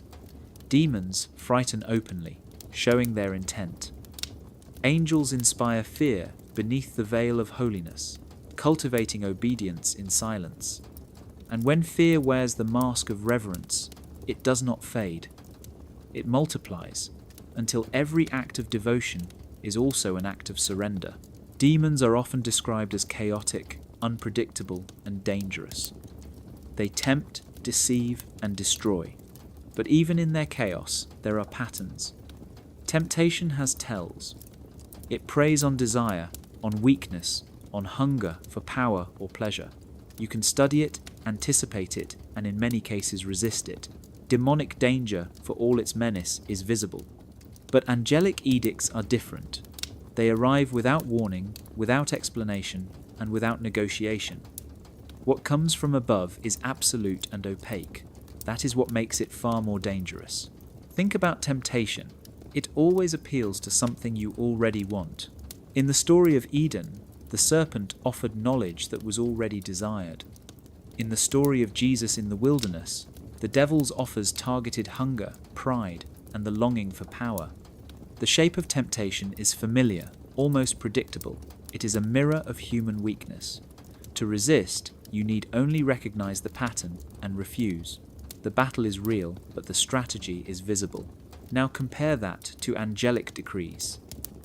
When an angel arrives with a command, there is no pattern to study, no logic to question. Abraham was told to sacrifice his son. a command that violated every instinct of love and morality. Yet the order came from above, unquestionable and absolute. There was no way to predict it, no warning, no choice. The decree was opaque, and the only response left was surrender. This difference is terrifying. With demons, at least you know where you stand. Their danger comes through bargains and lies, and those can be resisted with strength. With angels, the danger comes through commands that leave no space for resistance at all. A demon whispers, an angel declares. A demon entices, an angel orders. And in that moment, the human will is erased beneath the weight of the edict. The psychology of this contrast is heavy. People fear demons, but also feel prepared for them. They watch their desires, guard their hearts, and resist temptation. But with angels, there is no preparation. You cannot predict the command. You cannot anticipate what will be asked. And because the authority is cloaked in light, questioning feels like sin. Obedience becomes the only path, even when the command is unbearable. This is why angels may be more dangerous than demons. Chaos has patterns, temptation has tells, but the decrees of heaven arrive like thunder, sudden and final. You cannot bargain with them. You cannot resist them without becoming labelled a rebel. And the most unsettling part is that these commands are always framed as good, even when they demand what feels impossible. Demons show their hand, angels hide theirs. One tempts you to fall, the other declares a path you must walk. And when that declaration comes wrapped in glory, there is no way to predict it, no way to refuse it, and no way to escape the weight of obedience. The human soul is often pictured as a single whole, a clear light burning steadily within. But in the stories where angels intervene, the soul is not left untouched. It is divided, guarded, and sometimes partitioned. Boundaries are set inside the very psyche, walls built for protection that also cut the self into pieces. These angel-made firewalls keep danger out, but they also keep parts of you locked away. What begins as safety can become separation from yourself. Think of how trauma works in ordinary life. When someone experiences unbearable pain, the mind creates walls to contain it. Memories are hidden, feelings are buried, and the person survives by splitting off what they cannot face. Angelic intervention can resemble this, but on a cosmic scale. In ancient accounts, people who encountered angels often left changed, not only in what they believed, but in who they were. They saw visions they could not explain, heard voices they could not refuse, and carried memories too heavy to share. Their souls were reshaped, boundaries drawn inside them, so they could endure what had happened. The book of Daniel describes the prophet collapsing at the sight of an angel, his strength drained until he lay like a dead man. Only after being touched was he able to stand. That touch restored him, but it also sealed something inside. The visions he received were kept from ordinary understanding, walled off until the appointed time. The firewall in his soul did not only protect him, it partitioned him from his own experience. He carried knowledge, but could not use it freely. He lived divided. The danger of these partitions is subtle. They preserve life, but they fracture wholeness. A person may feel guided, even blessed, yet also haunted by parts of themselves they cannot access. Choices that once felt free now feel constrained by invisible walls. Thoughts that once flowed naturally are redirected. The soul itself becomes an edited landscape, guarded not by the person who lives within it, but by forces that claim the right to build fences there. Psychologically, this creates a strange duality. On one side is the conscious self, living daily life, grateful for protection. On the other side are the sealed chambers, holding fears, visions, and truths too disruptive to face. Angels may call this mercy, they may call it safety, but to the one living inside, it can feel like a prison of compartments. You remain alive, but not entirely your own. Firewalls in the soul show why angelic power is so unsettling. Protection is real, but it comes with a cost. Safety is given, but freedom is taken. Parts of yourself are hidden behind walls you did not build and cannot tear down.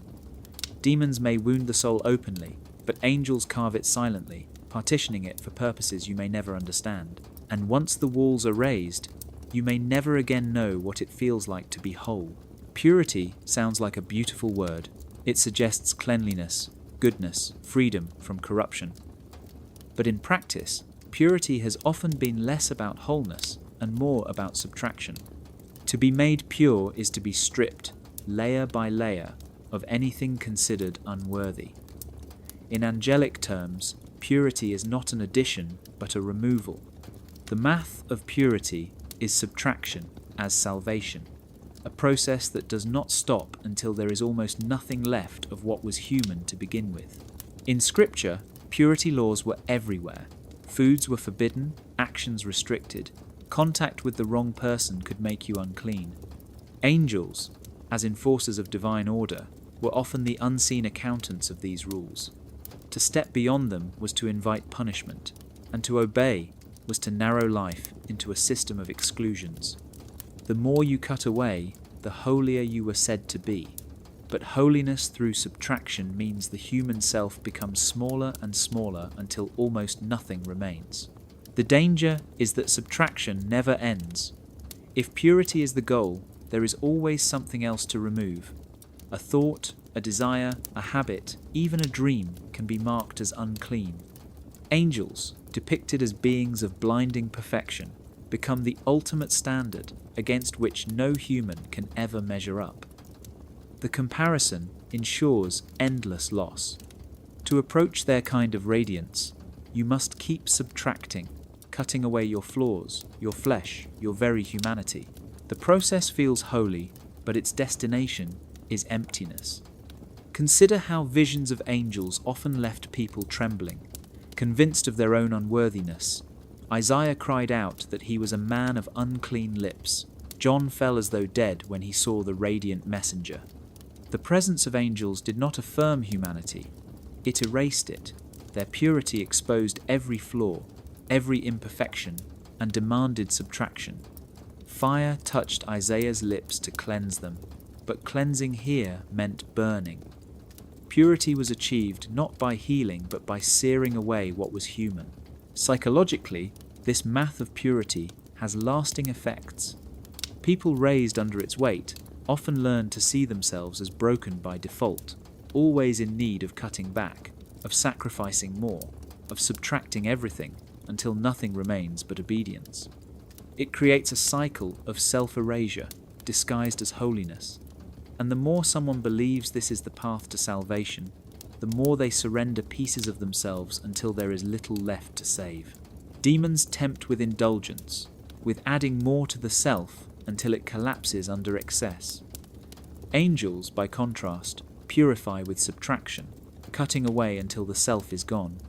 Both paths are dangerous, but one is praised as salvation. The math of purity is a formula that never balances, because the standard is unreachable. Perfection requires endless loss, and when the process is finished, when nothing unclean remains, neither does anything human. What is left may look holy, but it is a hollow reflection, a being emptied in the name of purity. Critique is the lifeblood of growth.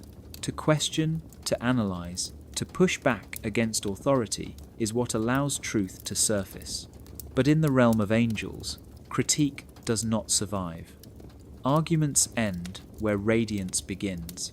To question an angel is to risk being branded a blasphemer, a label that silences not only the individual but the very possibility of doubt. This is the silence of denial, the point where brilliance blinds and authority erases all debate. Throughout Scripture, angelic encounters almost never involve dialogue. Humans tremble, bow, or obey.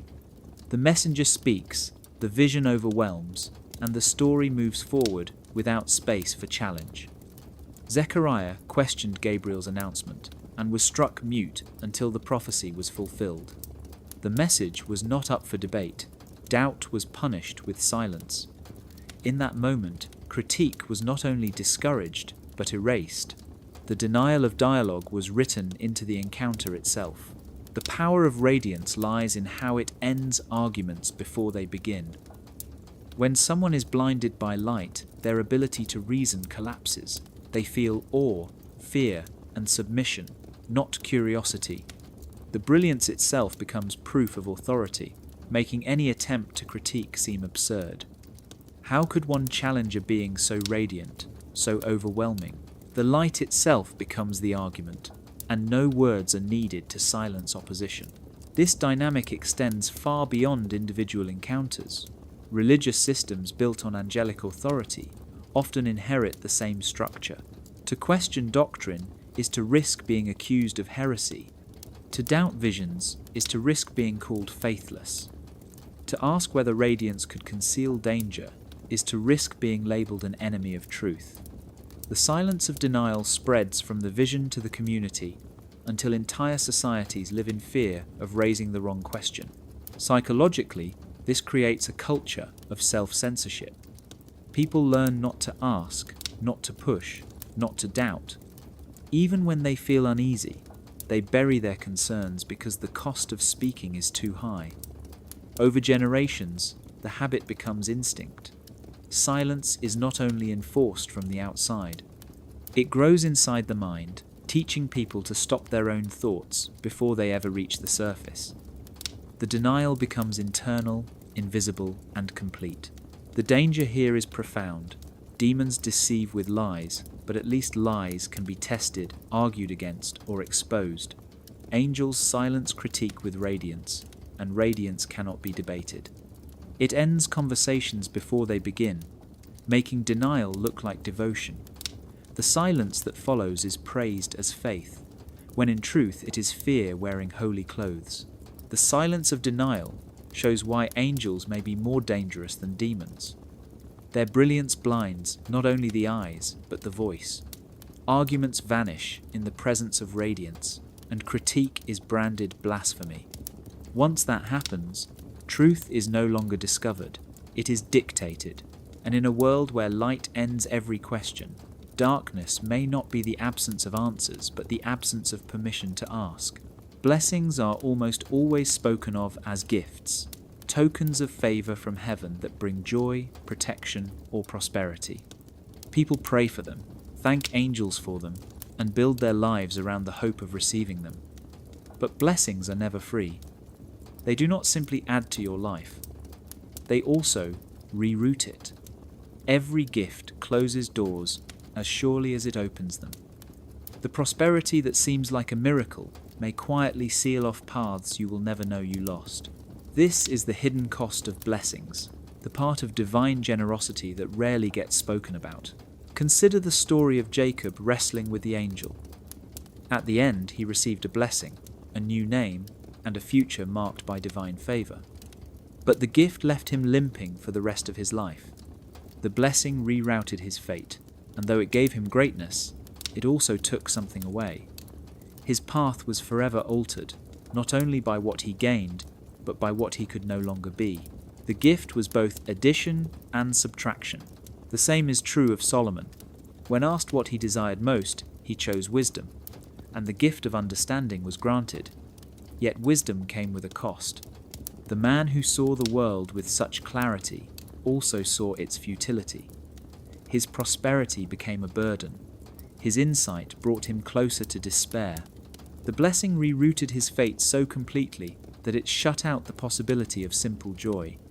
The gift lifted him high, but closed off other lives he might have lived. The danger lies in the way blessings disguise their costs. When someone receives wealth, protection, or success, they rarely stop to ask what paths were sealed in exchange. Did prosperity prevent a different kind of growth? Did divine protection close off opportunities to learn through struggle?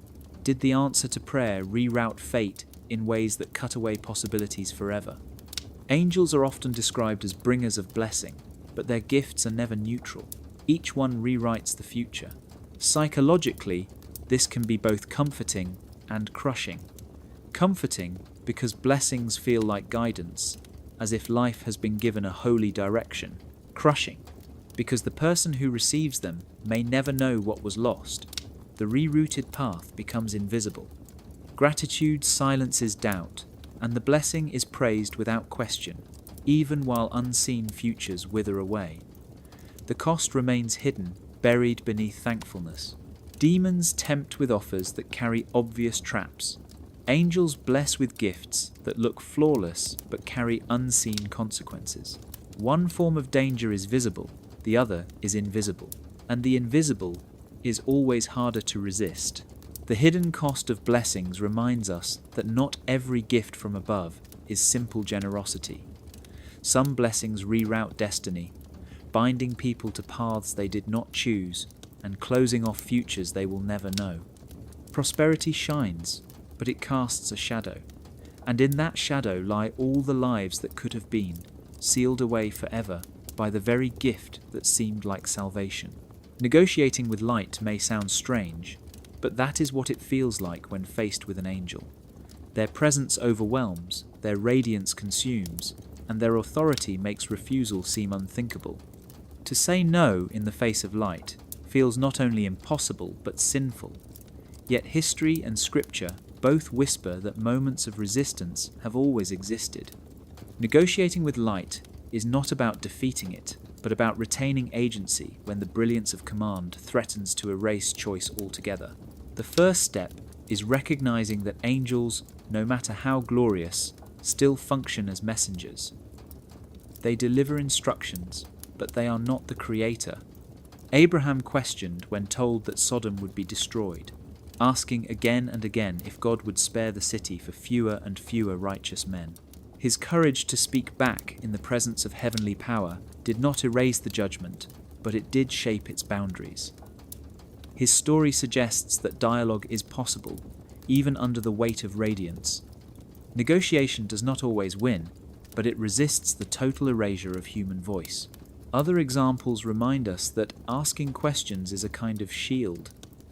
Mary did not accept the angel's announcement without hesitation. She asked how it could be, pressing the messenger to explain.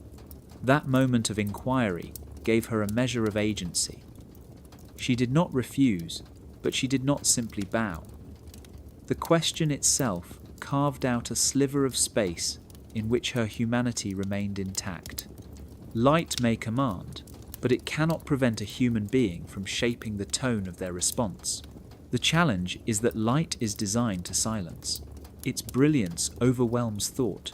Its authority makes defiance feel dangerous. This is why the rules of engagement are subtle. Resistance does not look like shouting no. It looks like hesitation, like inquiry, like shaping the edges of obedience rather than surrendering entirely.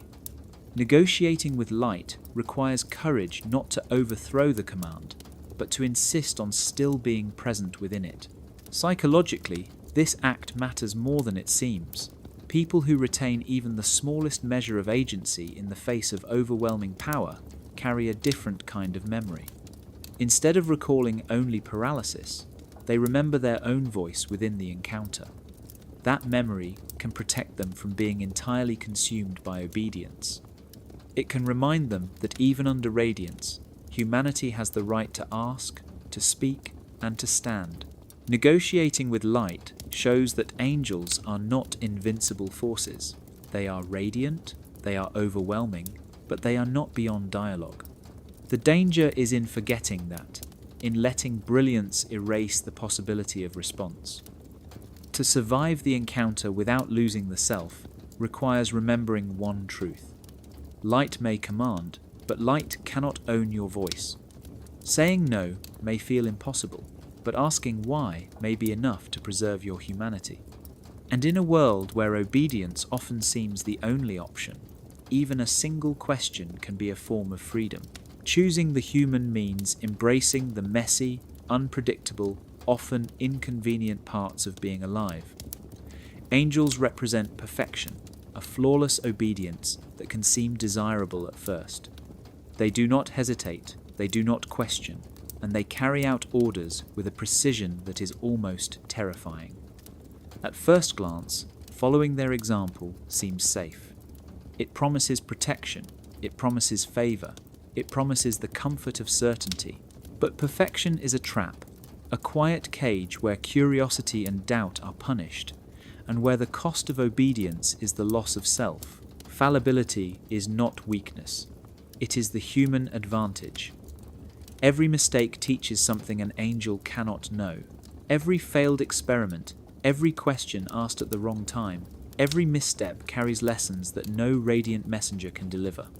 In stories from ancient times, humans who faltered often survived what the perfect could not. Noah's fear, Abraham's hesitation, even Peter's doubt allowed them to act with a freedom that angels do not possess.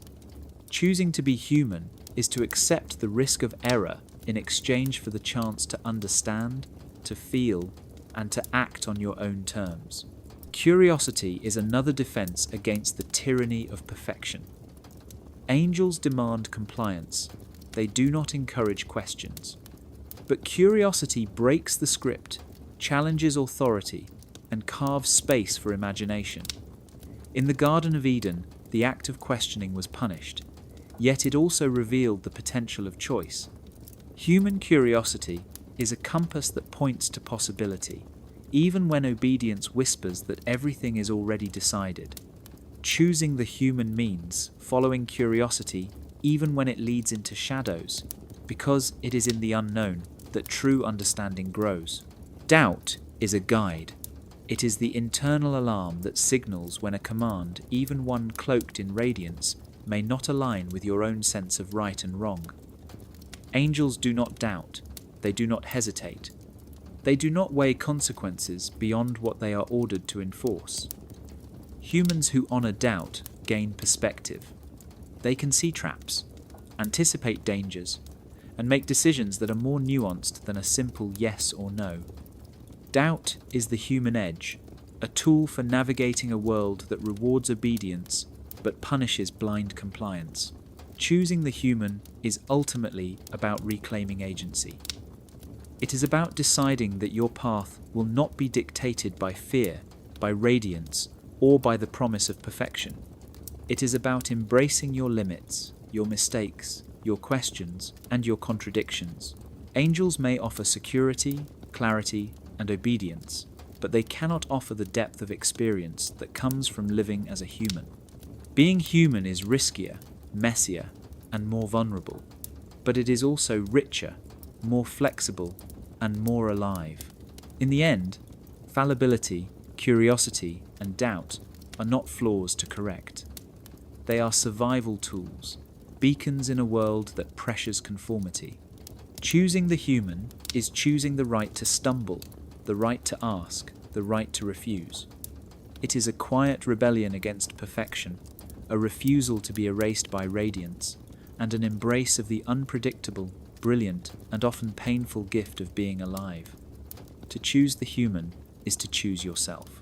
The brightest warning is simple and terrifying because it asks us to look at what we have always trusted. Demons are obvious threats. Their danger wears a face we can recognize. They scratch at our skin, tempt our hands, whisper in ways that make our hearts race. Their power is physical, direct, and visible. You know when you are being pulled, you can resist, you can run, you can fight.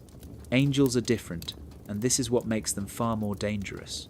Their radiance is a mask, a promise of protection and guidance, but their influence can quietly annex your will. You follow them willingly, believing you are safe, believing you are doing the right thing, believing that surrender is virtue. Every interaction with light carries a cost. When angels intervene, they do not touch your body. They touch your choices, your desires, your ability to question. They redirect your path without resistance, and by the time you realize it, your freedom has been pruned, shaped, and measured to fit a script written in a language you were never taught to read. Obedience becomes invisible, internalized, unquestioned. The brightest warning is that you can trust their intentions and still lose yourself. Their danger is subtle, elegant, and the most difficult to resist because it looks like salvation. Demons tempt, angels persuade, and humans are caught in the middle. The lessons of the past show that unchecked radiance can be a cage, even when the doors are open. People have handed over their curiosity, their mistakes, their doubts, and their messy, beautiful humanity in exchange for favor, blessings, and protection. Some call this grace. Some call it guidance. Others call it the annexation of will. The difference is in perception, because the power of angels lies not in brute force, but in convincing you to act against yourself while believing you act freely. Choosing your light carefully is not a question of good versus evil. It is a question of awareness. It is knowing that the obvious threat is easier to defend against, while the subtle one reshapes your very mind without a single visible strike. Your body may survive encounters with demons, but your soul can be quietly rewritten by those who shine too brightly. The brightest warning is that the most dangerous entities are not the ones who scream, but the ones who smile, who speak in promises, who never ask you to question. The ultimate message is simple, and it is ancient. Observe what is offered. Question what is radiant. Hold on to your fallibility, your curiosity, and your doubt. These are shields that demons cannot tear, and lights that angels cannot dim without your consent. The brightest warning is not to fear darkness, but to understand that light, too, can be a form of control.